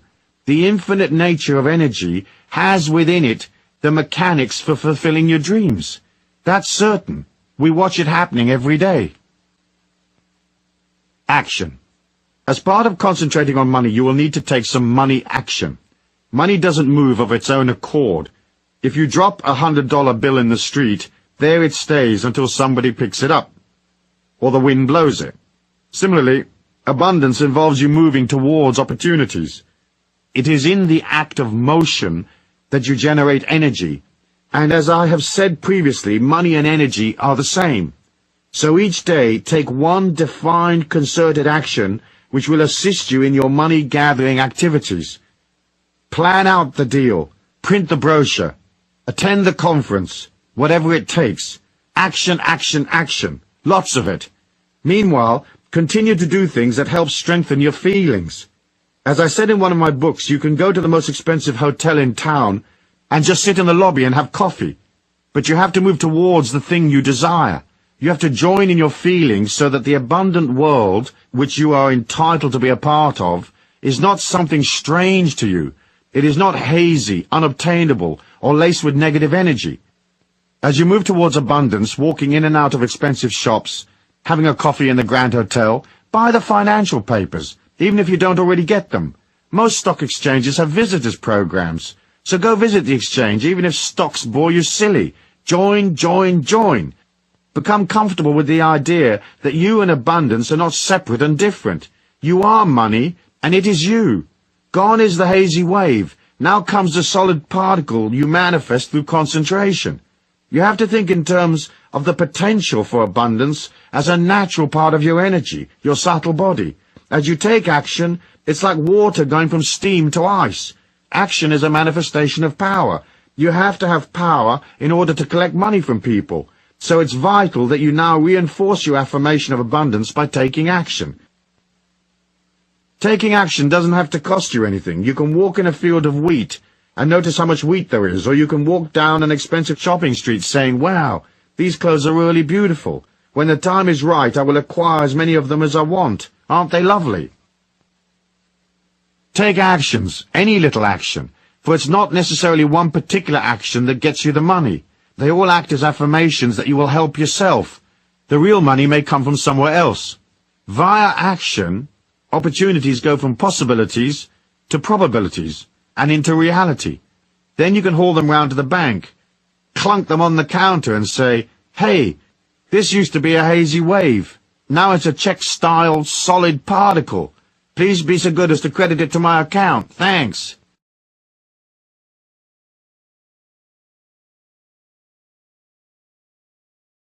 Chapter 6. The Law of Invocation and Manifestation. Concept. First, there was the Word. Sound is a major force in the act of creation and manifestation. It's another part of the mysterious mechanism that moves our thoughts and ideas from the hazy wave state to solid reality. We have to invoke our desires, call out to the universe. We must tell it what we want, not just think about what we want. When we speak out loud, verbalizing our reality, we engage the manifestation process. Sound is a part of that which creates our individual reality. Each moment of our life we either invoke or destroy our dreams. We call upon it to become a fact, or we cancel our previous instructions. When the shamans of old called for rain and suddenly it pissed down buckets, everybody thought it was a great magic. But people didn't understand how the process works. In fact, it was only ever the power of invocation, with a little bit of help from the shaman's connection to the nature spirits. Invocation is like dealing with a mail order company. You call the clerk on the 800 line and invoke your order. Send me this, send me that. So begin to state your needs out loud as fact. For example, you might be having a coffee with a friend and you'd say, "A great financial prize is about to descend upon me." And they might ask, "How is that?" And you answer, I'm invoking what I know to be true. I know it is true because just by invoking it and believing it to be true, I transfer my idea from a hypothetical potential universe reality to this 3D reality. As I invoke, I create what I need. So decide what you want and invoke it. Don't waffle or daydream. Don't voice any maybes, uncertainties and doubt. The universe at large can't get its infinite head around wishy-washy doubt. Either something is or it isn't. Be firm, be certain, be absolutely definite. Don't say, when I get this and if I get that, then and only then will I experience my dream. Instead, invoke your dream as fact. Remember, in the realm of the infinity of energy, there is no time. Everything is eternally present. So all your dreams are a reality in some parallel universe. By invoking your dream as a given fact, you haul it from a parallel place to right here, right now, in your warm, clammy hand, to love and behold and enjoy. Coolissimo. Metaphysics. The metaphysics of invocation are hard to comprehend and explain.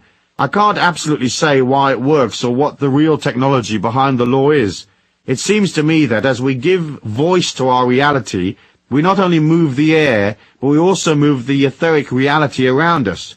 Just as our bodies have a subtle bioelectric reality, etheric, the whole planet and the ambience around us has its own etheric body. That body may very well be connected to parallel universes wherein our hypothetical ideas and dreams exist. When we invoke, we seem to haul those ideas from hypothetical possible universes to this one right here on Mother Earth. The important thing is to believe in what you are invoking and don't voice any depreciating ideas. Keep your dreams safe. Guard its holy and sacrosanct nature by not trashing it with negative waves. Don't engage in idle chatter and thoughtless remarks. If you say this situation is a nightmare, you invoke terrible spirits to visit you at night.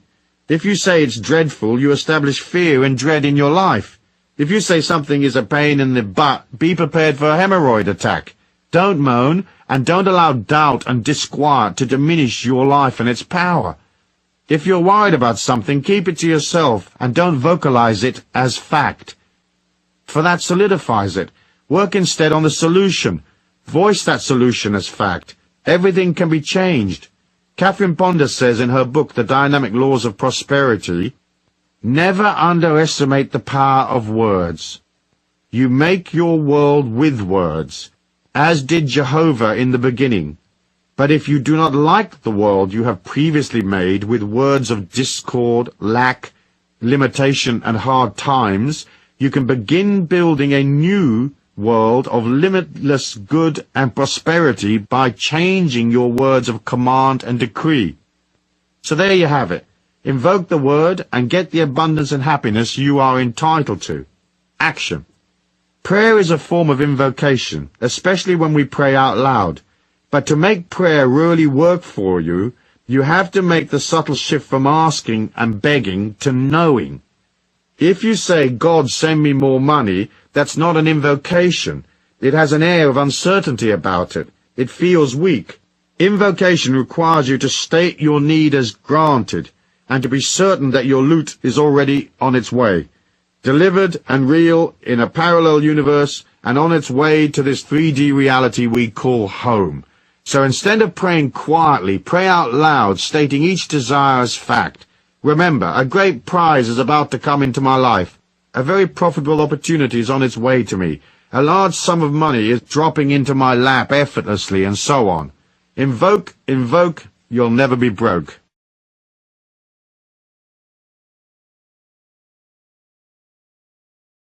Chapter 7. The Law of Money and Ego. Concept. The function of the ego, among other things, is to concentrate on keeping you alive, and to give you an identity. The ego wants to separate you from others, so it is naturally competitive. It believes in and promotes exclusion rather than inclusion. The ego needs specialness, distance, and separation from others to feel okay, and to go beyond its fears and insecurities. The number one ego-driven force fueling the planet, other than sex, is money. Money is a symbol of importance, and feeling important allows the ego to believe itself distant from other people. When there is distance, the physical body of the person in which the ego dwells can be observed. As I said in Law 5, at a subatomic level our reality exists in a hazy state. It's nowhere and everywhere. It's only when you observe something that it becomes solid. So the ego likes to establish observers. It's one of the ways the ego controls you, keeping you edgy and stiff and in prison, brainwashed into accepting its ideas. It's difficult for most to understand how that stiffness and fear causes them to miss opportunities.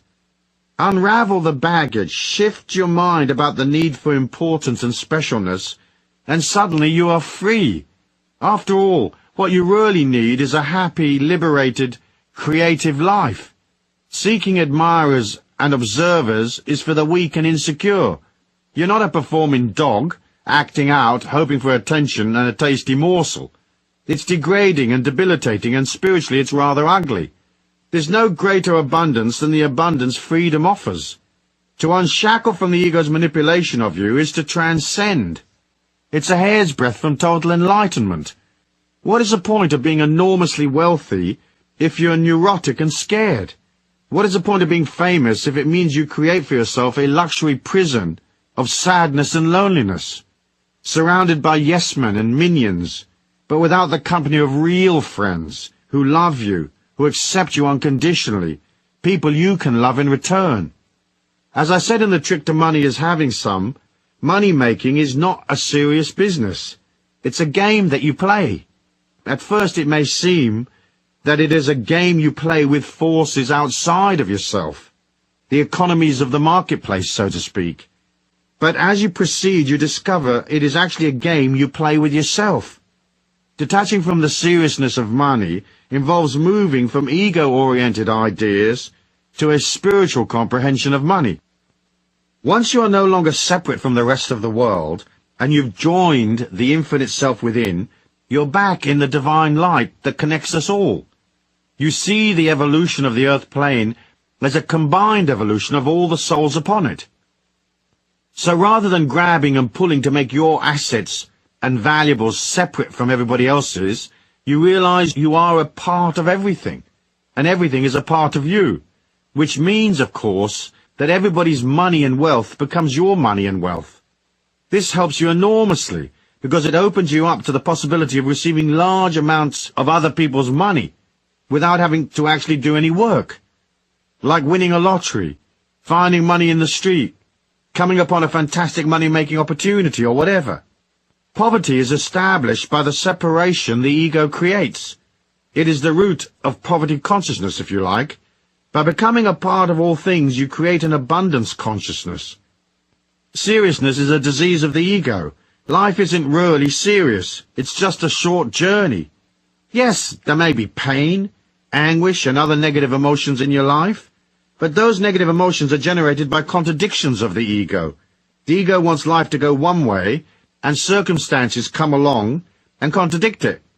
Our journey on this earth plane, when viewed in its spiritual context, is a completely positive experience. Seriousness warps your life and disconnects you from your childlike self. The creative power inside of you is childlike, and creativity equals money. If you deny yourself access to the child within because you're too serious, you also block your connection to the divine light and your feminine self. Every creator who's any good uses their feminine side to create with. Whether a scientist working on a hunch, a painter working on the interplay of colors, or a musician dealing with the juxtaposition of notes and chords, the feminine principles are soft, and they appeal to human feeling. In fact, creativity is the only evidence left of our societies once they've come and gone. We don't remember the businessmen of Rome, or the various generals that fought the Trojan Wars. Even the kings and queens of old are fairly uninteresting. What we value is the art, the architecture, the feelings of bygone societies, what they believed in, what they did, the art they left behind, the Colosseum, Versailles, paintings, books. Those are the things that have meaning, and so they last. We remember the yin, because it is through the yin and softness that the God force is expressed. So if you're a little too serious, lighten up, dude. Try to make light of life. Embrace its childlike beauty. Being too grown up is a serious and painful experience. Don't mess with it too much. Metaphysics. The metaphysics of money and ego are simple to understand. You are an oscillation of energy, a feeling. If having and not having money is linked to your ego's perception of itself and your overall perception of your self-worth, your emotions will be on a roller coaster, and that will affect your subtle body. When things go wrong, the check bounces, money's not flowing, your energy will drop. You'll feel defeated, weaker, and less than before. If you're locked into the ego's perception of life and things go wrong, it can make you unwell. Somehow you have to come to the metaphysical truth of your divine specialness. This is not a specialness that you poke in people's faces, but a silent specialness. It is the act of accepting the infinite beauty within you. Then the ups and downs of money are irrelevant. To get to that point of view is not an overnight process for many, because everything we ever hear tells us how important status is and how lacking we are. All advertising is there to remind you of what you haven't got. Its function is to stimulate the desire by subtly showing you an inadequacy. Often advertising uses subliminal fear mechanisms. You don't want to be fat, do you? And therefore rejected by others. So buy these special foods. You don't want wrinkles, do you? And therefore be lonely and unloved. Rub this useless cream on your face. You want admirers, don't you? Buy this glitzy car that will fall apart in 2 years. Advertising also stimulates debt. Debt is a form of leaning. A bit of debt, manageable debt, is okay. Lots of debt topples you over. It takes you into fear and negative emotion, which affects your etheric energy. Once the etheric starts to wobble, you have less protection from outside forces and psychic intrusion, and you may experience even more fear, get depressed and so forth. The way the government and the media play to the ego is an insidious control trip. It's designed to make you a prisoner. The only defense you have against TikTok's bombardment of you is to detach.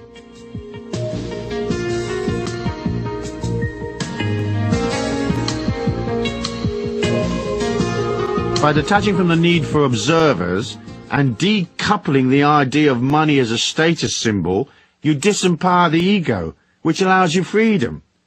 You can just be you and free. Yes, you can have aspirations, dreams and desires, but they shouldn't be obsessive. You have to live life in the meantime, and you have to have fun. If you're not having fun, something is very wrong. Look upon money as the driving force of your creativity. See it as solidified love, and don't use it as a security device.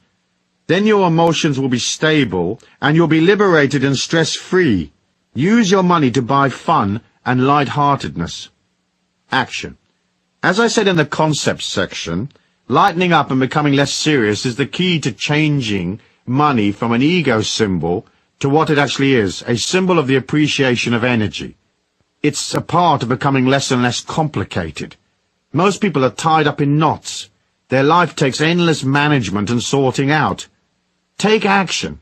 Toss out stuff. Gently and kindly get rid of the people you don't need, that are a drain on you. Manage your time better and get rid of all your superfluous commitments. Stay in the pocket and keep it all as simple as possible, given your circumstances. This way, you'll come to the childlike self.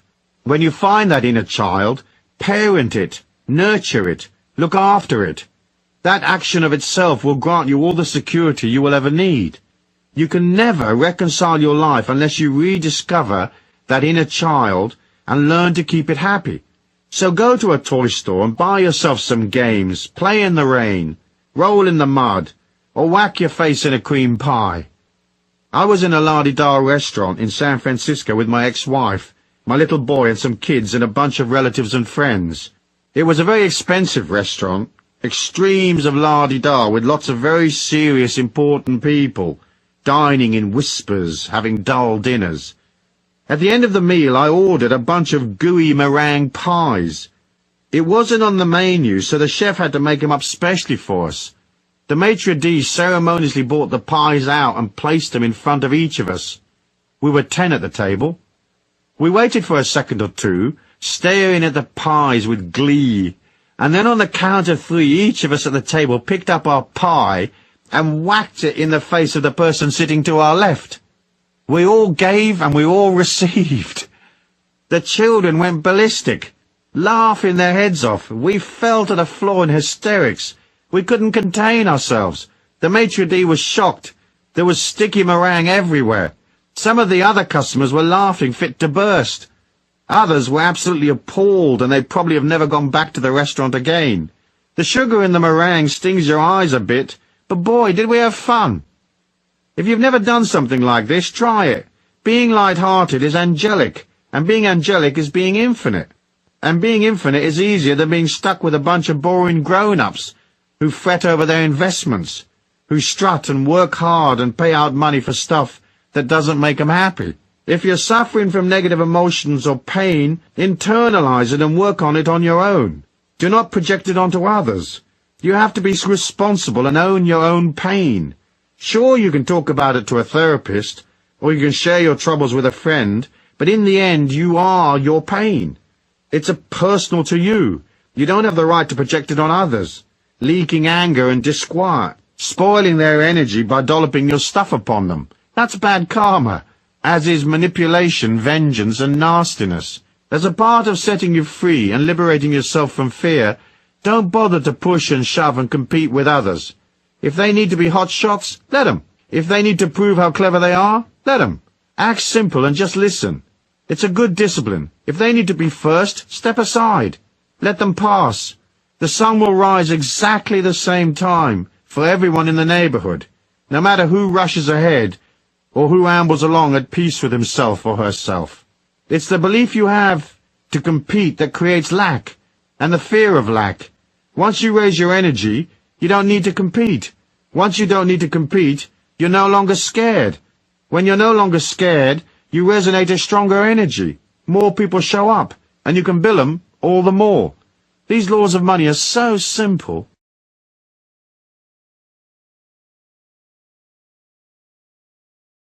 Chapter 8. The Law of Giving and Receiving. Concept. People get confused about giving and receiving because they wonder how much they should give in order to receive. Sometimes they wonder if they are receiving a fair share.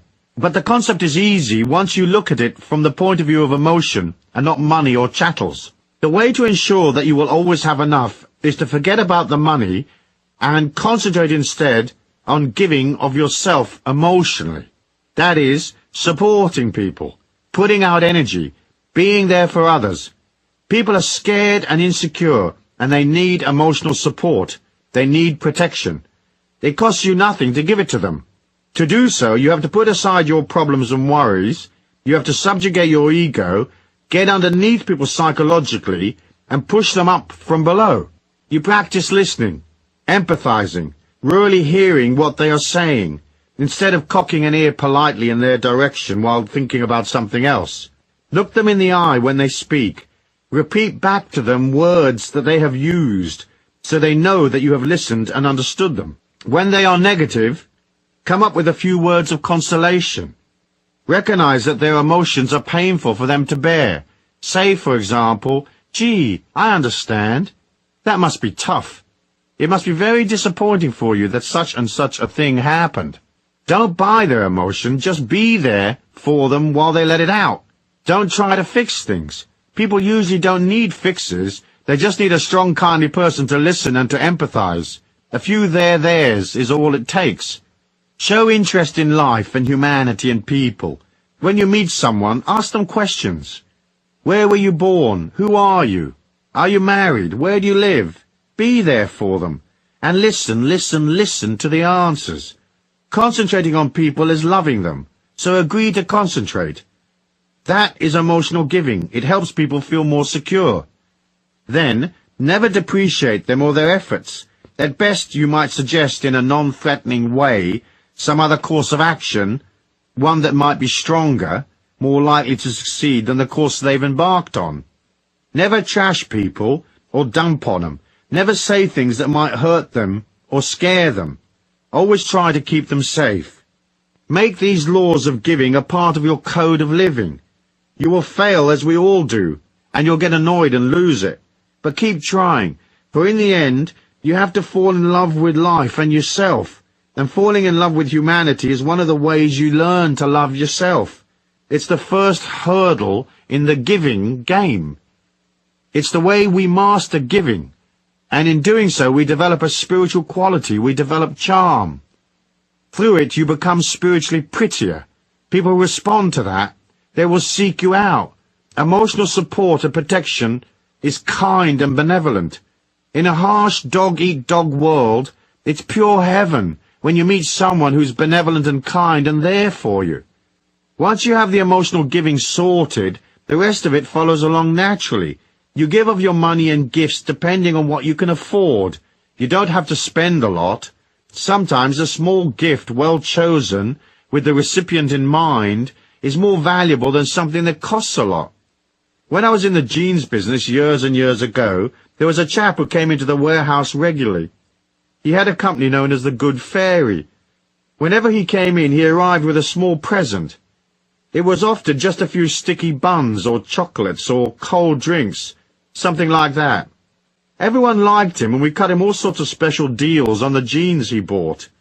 He would have had his sticky bun money back from us 1,000-fold in discounts on jeans, because he thought of us and took time out to stop at the bakery before he came in to do business. He had giving and receiving sorted out. He was a very humble kind of guy, and he made millions in jeans and the property business. Good luck to him, I say.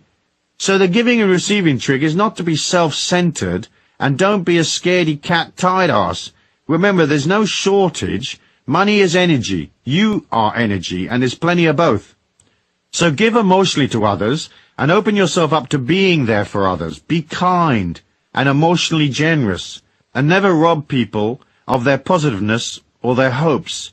Always build them up. Never depreciate them, even if you consider their ideas a bit silly. Back them.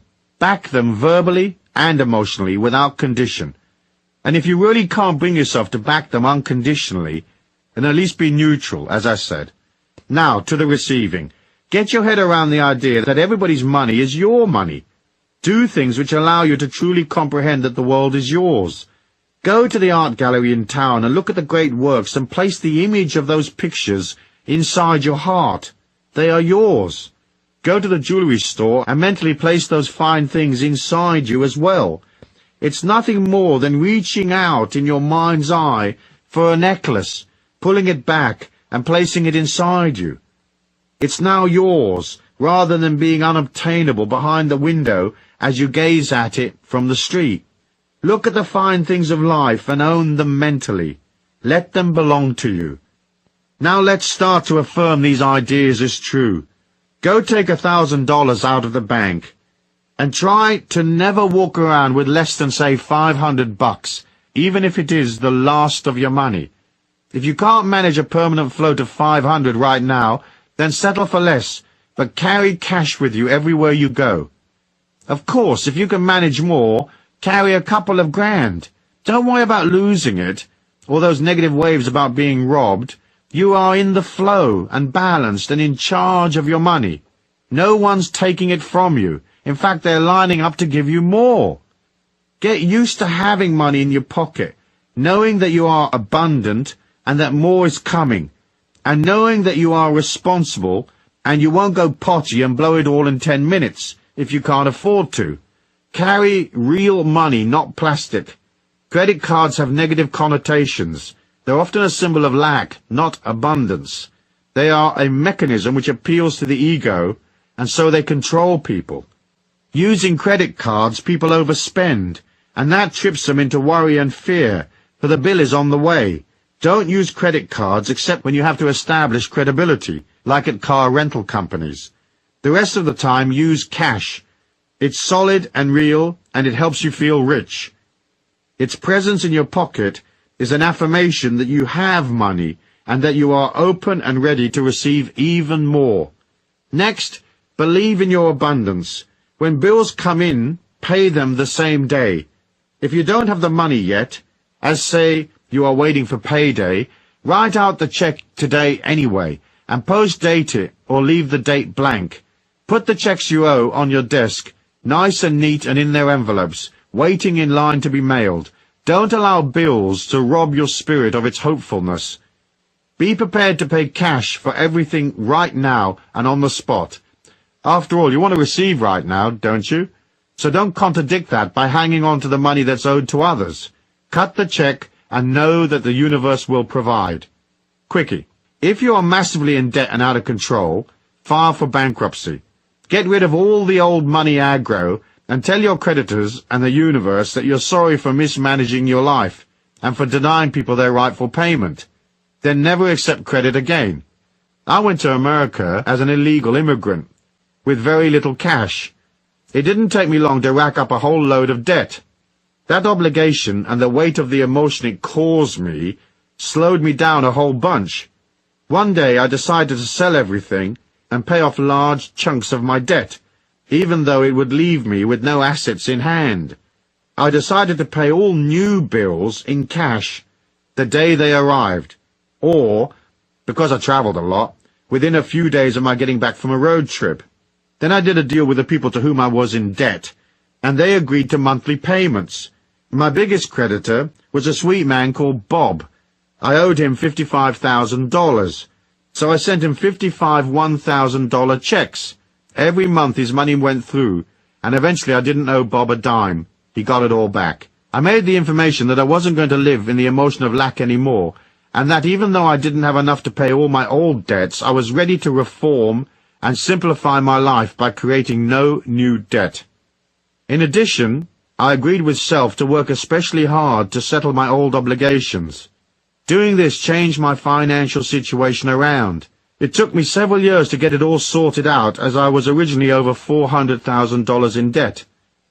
But in the space of 5 years, I settled everything, including paying an ex-wife $100,000. In addition to paying my debts, I made and saved several $1,000,000. Make the affirmation that you are abundant enough and disciplined enough to go to a cash basis, paying for things as you go. Soon your whole outlook changes. You go from desperately needing to win a little time for your bills to being serene and at one with your money trips. Suddenly this mind shift clicks the universe at large onto your side, and you're now coming from strength. That solidity pulls money to you more and more. Of course, you first must go past your resistance to letting go. It's weird how it all works. I reckon it's your fearlessness and self-discipline that affects the change. I should also remind you that, as part of your affirmation that you're open and worthy to receive, you'll have to practice accepting what is offered to you in life. I deal with this idea a lot in my other books, so I won't dwell on it here, but let me remind you of the rule. First, whatever gifts you're offered, no matter how useless or grim the gift might be, take it. Never refuse to receive. Worst way, you can always give that dreadful vase to someone you don't like. Second, never refuse money from anywhere. If a friend offers to pay for dinner, let them. Be gracious and thank them and tell the universe, thank you for paying for my dinner. If a person wants to pay you for some inconsequential act, accept. And never walk past money on the street without picking it up, even if it's just a small coin. Humble yourself and stoop for it. It doesn't matter what others think. You can't put out the message that you're too proud or too uptight to receive free money. The universe doesn't know the difference between a dime and a million. If you refuse the dime, the universe thinks you don't want money, so you collapse your chances. Accept all that is offered to you, even the mucky coins in the mud. Make it a rule never to refuse anything that comes to you for free. Metaphysics. The metaphysics of giving are silent and centered around the projection of your etheric subtle body. When you express hope and cheerfulness, when you are expressing outwardly emitting energy, your etheric is like the sun. Remember I said that negative energy makes your etheric collapse in on itself. The more you get used to projecting outwards, the longer your etheric reach becomes. It's an inner reach. So give silently. When you pass a person in the street, Mentally reach out and touch them in the heart, and silently project the thought, love. Or project admiration for them even though you don't know them. Back them. Believe in them. Project goodness, hope and positivity. If you see that they are upset, project the thought or word serenity or calm. If you see them angry, project peace. Don't judge them. Know that they have some inner issue unresolved, probably from a long time ago. Love them even if they appear a bit ugly. Make it a rule never to pass a person in the street without projecting some kind of silent goodwill. Now, if you're coming out of the Tokyo Underground in the rush hour and there's 60,000 people there, don't mess with trying to get them all. Pick a few here and there and leave it at that. Otherwise, energy-wise, you'll be on your knees. But keep projecting silently for the eventual healing of everyone on the planet. Silently touching people you pass without them knowing. Like angels touch us in our sleep, without us being aware of their presence. That's the metaphysical giving sorted. Let the receiving come in from the inner worlds.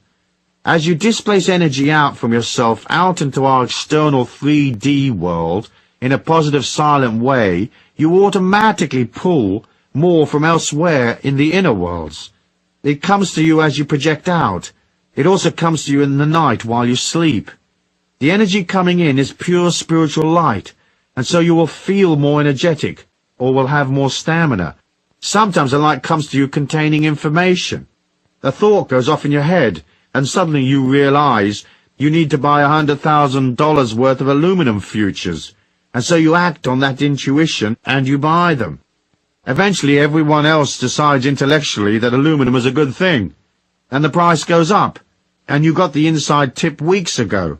You cleared your position, and you're at the beach projecting the word, relax, to the vacationers who pass by, healing them bit by bit, one at a time.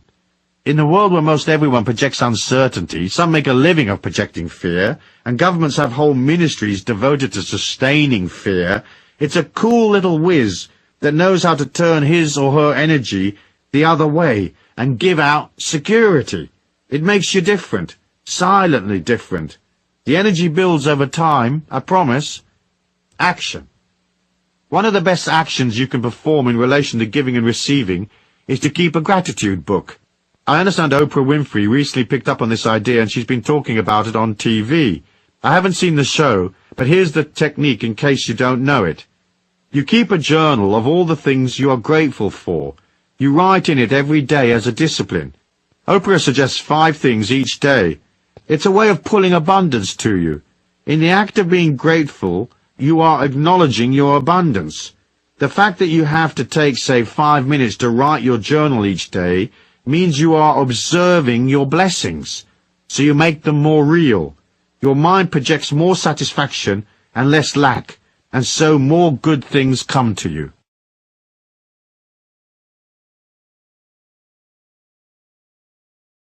Chapter 9. The Law of Honor, Integrity, and Abundance.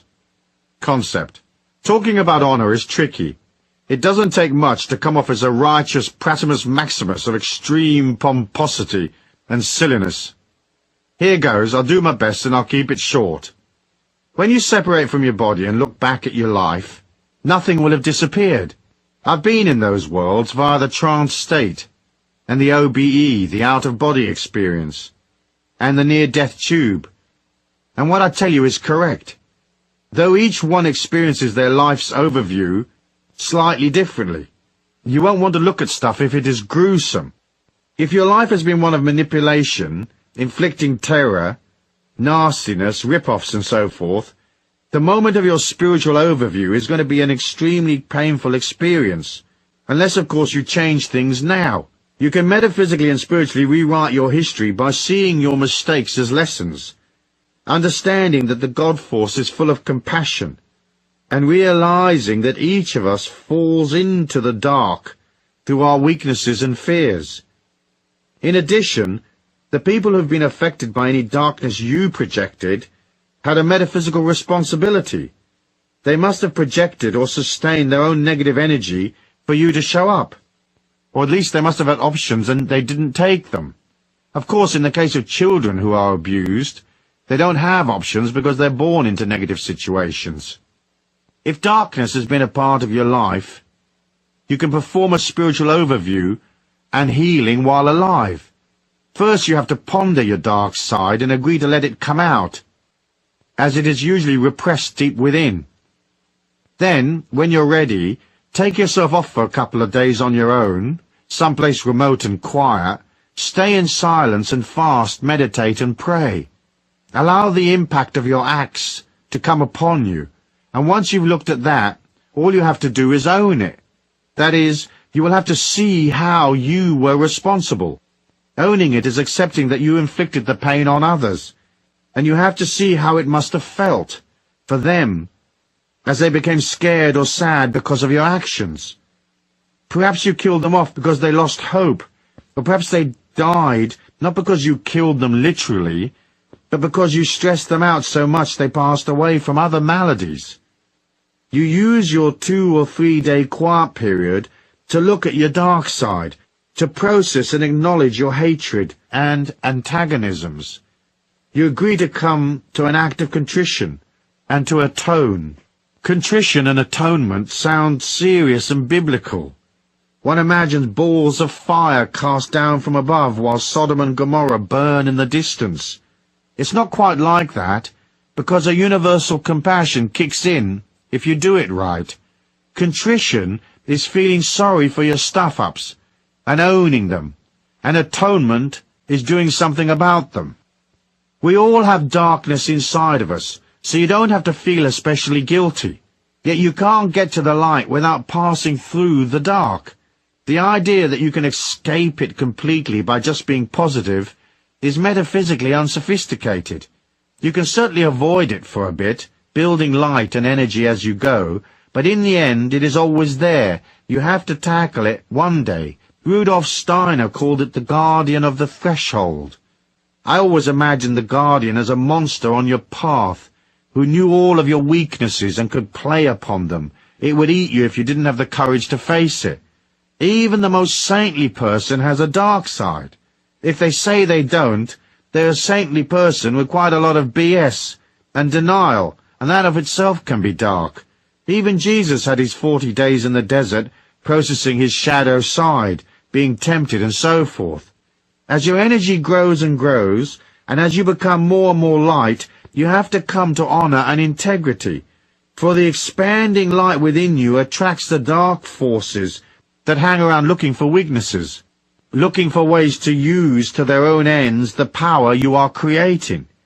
Now, people usually believe they have no dark side, or that they have already processed it, but that is not often the case.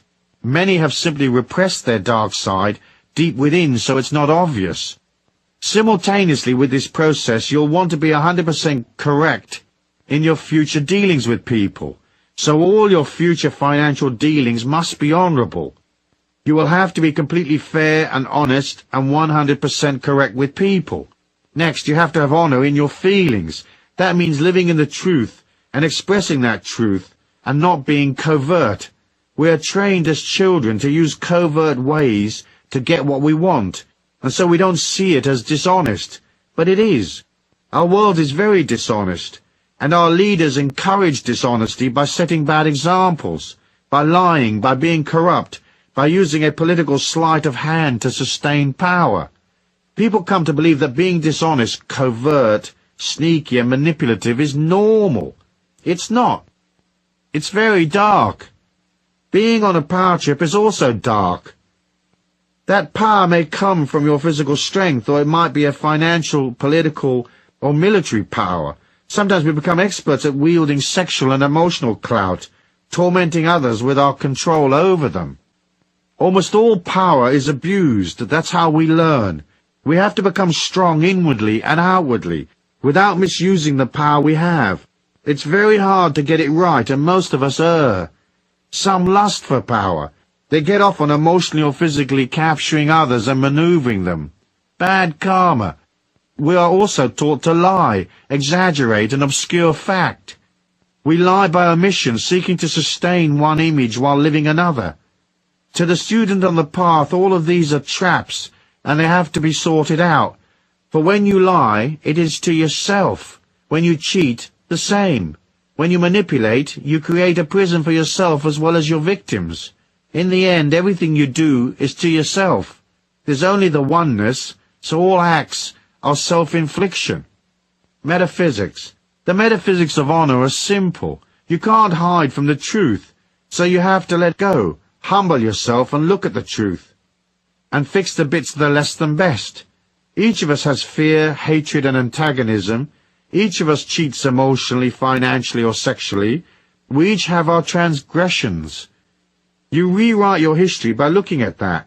Perhaps it may result in you suffering a dark night of the soul, but it will pass as you grant yourself forgiveness. Gradually, the power of the infinity within you bathes you in a new light, and you're made whole. In this way, you complete your act of contrition. Action. Atonement is the act of making good, so you can go back and pay off, if you can, the people you cheated.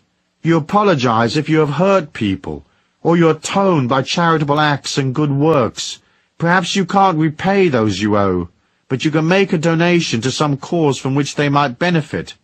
Atonement is accepting full responsibility for what you've done without too many explanations and excuses, and realizing that you hurt people because you were trained that way as a child, or perhaps you allowed your fears and weaknesses to lead you astray. Then you vow that you will act lovingly and kindly to others for the rest of your life. You follow through consistently over a period of time, making good the hurt that you have inflicted. I don't think it's enough to just feel sorry and to say sorry. Sometimes you have to do something concrete as well. You can make all the money in the world and you can buy all the experiences possible and live a rich life, but a life without honor and integrity is completely worthless. So as a part of your abundance affirmation and the setting up of a new energy in your life, include the correctness of honor if you've not already done so. Live your life impeccably, on every front, financial, emotional, sexual. And if you exercise power, be benevolent, very benevolent. Chapter 10. The Law of Love, Compassion and Money. Concept. Most people can't get their head around the idea of money, love and compassion being linked together. The idea that money can be a symbol of love seems odd. We are so programmed the other way. Here's how they are linked. It'll help you see it all in a different light. There's a psychological war that goes on in us humans between self-hate and self-love. It's a part of another battle that persists. The energy war between living and dying, building energy and depleting energy. The two issues are wrapped up with abundance and love, and they can very dramatically affect your ability to earn money and pull abundance to you. Here's the concept. You start pre-birth as an infinite spirit in a spiritual dimension. There, the spiritual memory of what you are is eternal, and so you have existed in some form or another since the beginning of time. Suddenly, the spirit energy that is the real you finds itself inside a little body, trapped there for life, collecting new experiences. The act of coming into the body is one of descending, leaving the magnificence of a domain of spiritual light and entering into solidity and restriction, physical restriction, and emotional difficulties, the restriction of a dysfunctional family maybe, poverty, disability, whatever. It's a sacred and humbling act to accept such a learning experience. It's an act of love, for the restriction will force a consolidation of energy. It will force that spiritual energy to go from hazy wave to a solid particle body, and it will have to take on psychological impediments which will help it learn what it is like to be a human. Those impedimenta are not real to your spirit identity. They are borrowed from others who have lived before. They were part of the global mindset at the time of your birth, and so they are imposed upon the spirit. They really don't belong. The spiritual infinity within you can't be shamed, dysfunctional, unwell, hurt or injured, for it is a spark of the Christ consciousness. People often wonder why a God that is all love and compassion can allow pain and suffering. But it's easy to see that the spirit, the one you actually are, doesn't do any pain and suffering. It remains always in a state of grace, a state of complete positiveness, even if it is collecting painful memories which the ego experiences. At the time a child becomes a mature being, it has downloaded the negative waves of its culture and the global mind, the collective mind, if you like. Your job then is to work your way out of that and return to the real you, that spark of the Christ consciousness within. That's the seminar, transmuting the negative into compassion and love. In other words, you are busy recreating your spiritual identity here in our slowish particle 3D world. We start with shame. Early in our childhood, we are shamed when people shout at us, get angry, admonish us for not using the potty correctly, whatever. Later we are shamed intellectually as being stupid, or our actions and decisions are invalidated. Then perhaps sexual shame kicks in, as we discover we're not pleasing to other humans as a sexual partner, or we're very pleasing, and we're used by others. Sometimes sexual abuse is forced upon us in childhood. It's all very difficult stuff, this little seminar called life. Psychological shame kicks in as we deal with the peer pressure of our teenage years. You have to be like this to be cool, and if you aren't following the herd, you're ostracized. We are shamed into conformity, even if the conformity is one of hooliganism and drugs. There's a conformity in rebellion and the counterculture as there is in TikTok. Now we're doing serious amounts of confusion and pain, and we probably hate ourselves. We want to be something else. At times in our dreams we remember we are an eternal spirit, but it's a distant memory. Right now we are a human who is insecure and hates themselves and is in various degrees of pain and anguish. On top of all this, there is the other issue, that of living and dying, high energy and low energy. We have to fight our way out of these fears and restrictions and return to our spiritual identity. First, it's a love of self, not a narcissistic, egotistical love of self, but more a physical, emotional, psychological and spiritual respect for self. Can we love ourselves in spite of all we've been told, all the personal defeats we've suffered, the shape of our face, our lack of ability or whatever? That's the journey. Initially the answer is usually no. Self-hate kicks in. We anesthetize the pain via drugs, sex and illusions of power, or we use overwork and alcohol to blot it all out, succumbing to our addictions. We feel that if only things were different, if only we had more money, if only we had a different set of conditions, if only a certain person acted in a certain way, then we would be happy.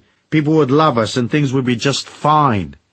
That's the story of most people's lives. Self-hate gets in the way of everything, including their money-making ability, because eventually they lose the will to fight on. There's a fine balance to the getting of money. It usually involves activity, and that activity takes you further and further from your real self. It burns energy and makes you less secure, not more secure. The security you seek is within. It comes from seeing yourself as beautiful. It comes from going through the healing we talked about in the last section. It's the act of self-love, the acceptance, detachment, and forgiveness of self. It's where you wake up and remember that you are not the spotty-faced teenager who was ridiculed and shunned. You are a powerful, eternal spirit, imbued with the Christ consciousness, and here with a mission to fulfill and lessons to learn. A spirit of infinite honor and integrity that has a connection to all the knowledge that exists. Nobody out there is perfect. We're not trying to compete in the perfection stakes. You can love yourself and be imperfect, as God loves us unconditionally. I really like the image of the water rat, this scruffy little rat that sniffs around on the edge of muddy river banks. It doesn't look like much, but the little rat is sitting there on a log by the side of the river, and he is what he is. He isn't apologizing for being a water rat, but simply stands inside a divinity and a spirituality which is the animal spirit of water rat. You are what you are. You might be an Adonis in the making, or an incredible goddess energy, or you might just be a little water rat who stands in front of the bathroom mirror in the mornings and says, "I'm a water rat and that's okay. I don't have to convince people or act to please them. I don't have to work to win their affection. I don't have to pay for them so they will love me, because I love myself. I am what I am. I'm going out today. I'm going to believe in myself. I'm going to be honourable. I'm going to concentrate on people and treat them fairly. I'm going to treat myself fairly, for by nurturing myself, my energy will build, and I will become secure. I know that money flows to security, and away from insecurity, so by being more secure, I will prosper. When you are insecure, it turns people off. To spend money, people have to give away a part of their security. When they make the transfer of money to you, they have to feel solid. They have to feel they're getting something that will make them more, because they're paying out and becoming less right now. So if you're solid and contained and secure, it helps them feel solid, so they transfer their cash more readily. That is why self-hate destroys your money-making abilities. Partly, as I said, because it's hard for you to include yourself, and partly because you trigger insecurity in others, and that forces them to hang on and become tight. By booming out life force, love and strength and fine encouraging words that support people, you express a compassion for people's insecurity, and in the process you become stronger and more abundant. You become a divine paramedic offering people the oxygen mask of life force, dolloping out goodness and strength so they become less fearful. People will respond to that life force, and it's up to you to figure out how you're going to bill them. Money is a symbol of that life force, of its appreciation. Money can be a solidified form of love. Through the transfer of money, we facilitate love and communication with other humans. It offers us a simple system for providing for and loving and nurturing ourselves, and it is one of the ways of expressing generosity and kindness for the less fortunate. Metaphysics. The energy war is a simple one to understand. We generate energy and we burn it. Modern life and its psychic and chemical pollution threatens us daily. The personality is perpetually slightly off balance, slightly scared. We are constantly pushed from love towards fear. So we look for the life force to sustain us. As we fret and worry, we burn more etheric energy and become more edgy. We imagine that making a pile of cash will help us, and so we hurtle out to seek our fortunes. Often we use work to avoid our fears. When we're very busy, we don't have to look deep within ourselves. But soon our lives are real complicated, and it takes loads of our vitality and ego power to keep things flowing. Our energy drops and we become victims of our own self-hate. We become so lost in the false ego self rather than resting in the infinite real self. Gradually we become numb, existing in a vapid and lonely state. It's scary, so we look for someone whose energy we can feed upon to sustain us. But once we start trying to suck energy from others, they're not going to like it. They will respond by fleeing as fast as their chubby little legs will carry them. So as you process your love of self, and as you work on your security by nurturing yourself, you become more neutral, less and less an energy vampire. Eventually you have surplus energy to dish out, and that is how you will develop compassion and true caring for the world and the animals and the humans upon it. Now tell me that money's not involved. Of course it is. For in the getting and dispensing of money you learn the fine balance of manifestation I spoke of in the first law. Through work, money and commercial activity, you see how there is an energy trade-off between activity and security, and yet another trade-off between love and fear. Then there's the money lesson and the balance of giving and receiving, and the further fine balance between respect for self, self-worth, and respect for others. How you make money to buy experiences you need in this lifetime, and how you handle the abundance that comes in, will be very much a part of the final spiritual picture you present when your eternal self returns to its infinite homeland, carrying back the memory of what you were in this lifetime. Money, compassion, energy, heart, love, fear, wealth, generosity, meanness, they're all characters on the same spiritual stage. So the trick is to align to the beautiful ones, step away from the ugliness, and accept the gift of your infinite self in the process. Action. The action of compassion and money is the act of becoming comfortable with life's situations and the state of your bank balance. You have to be kind to yourself, and you have to keep your ego in control and accept life. Otherwise, the ego will yearn for things and force you to go out to work for it, to buy its stuff to make it feel better. Once you're at one with yourself, you will have compassion for yourself. Then you will, of course, nurture yourself. But you won't have to go shopping to distract you from your fears. As you become more aware, you become more real. Then, by discarding the useless stuff and eliminating unnecessary obligations, you become more balanced and settled, more silent and less manic. You'll also have less activity and stress, and you'll feel better, and so onwards and upwards. Do something for yourself every day, something compassionate and kind. I don't mean buy yourself breakfast, I mean do something that is spiritually or physically nurturing. A massage, a fast, a meditation, exercise, rest, play, that kind of thing. For it's in the quiet time that you see the great abundance of this life, and you'll move from the ego's disquiet to the spirit's wholeness, and you'll see that the things you worry about are often not worth the worry. In the quiet time you'll see what has real worth for you and what is just fluff and hype. Once you get real, all your energy can go towards becoming what you really need and want to become. That transformation must be a part of your story in this lifetime. Making money is not enough. You'll have to do something that has meaning. You will want to collect memories in abundant settings, but you will also want to be surrounded by love and friendship. You will want to be doing things that you want to do. Yes, that's your story. Put aside the little nitty-picky ego stuff. Start today to act, invoke, and energize the grand plan, for it is yours by right. All you have to do is agree to step up and collect. So accept yourself and believe in yourself. Look the world in the eye and say, I am what I am. And by the way, that'll be $30,000. The most valuable commodity I know of is information. Wouldn't you agree?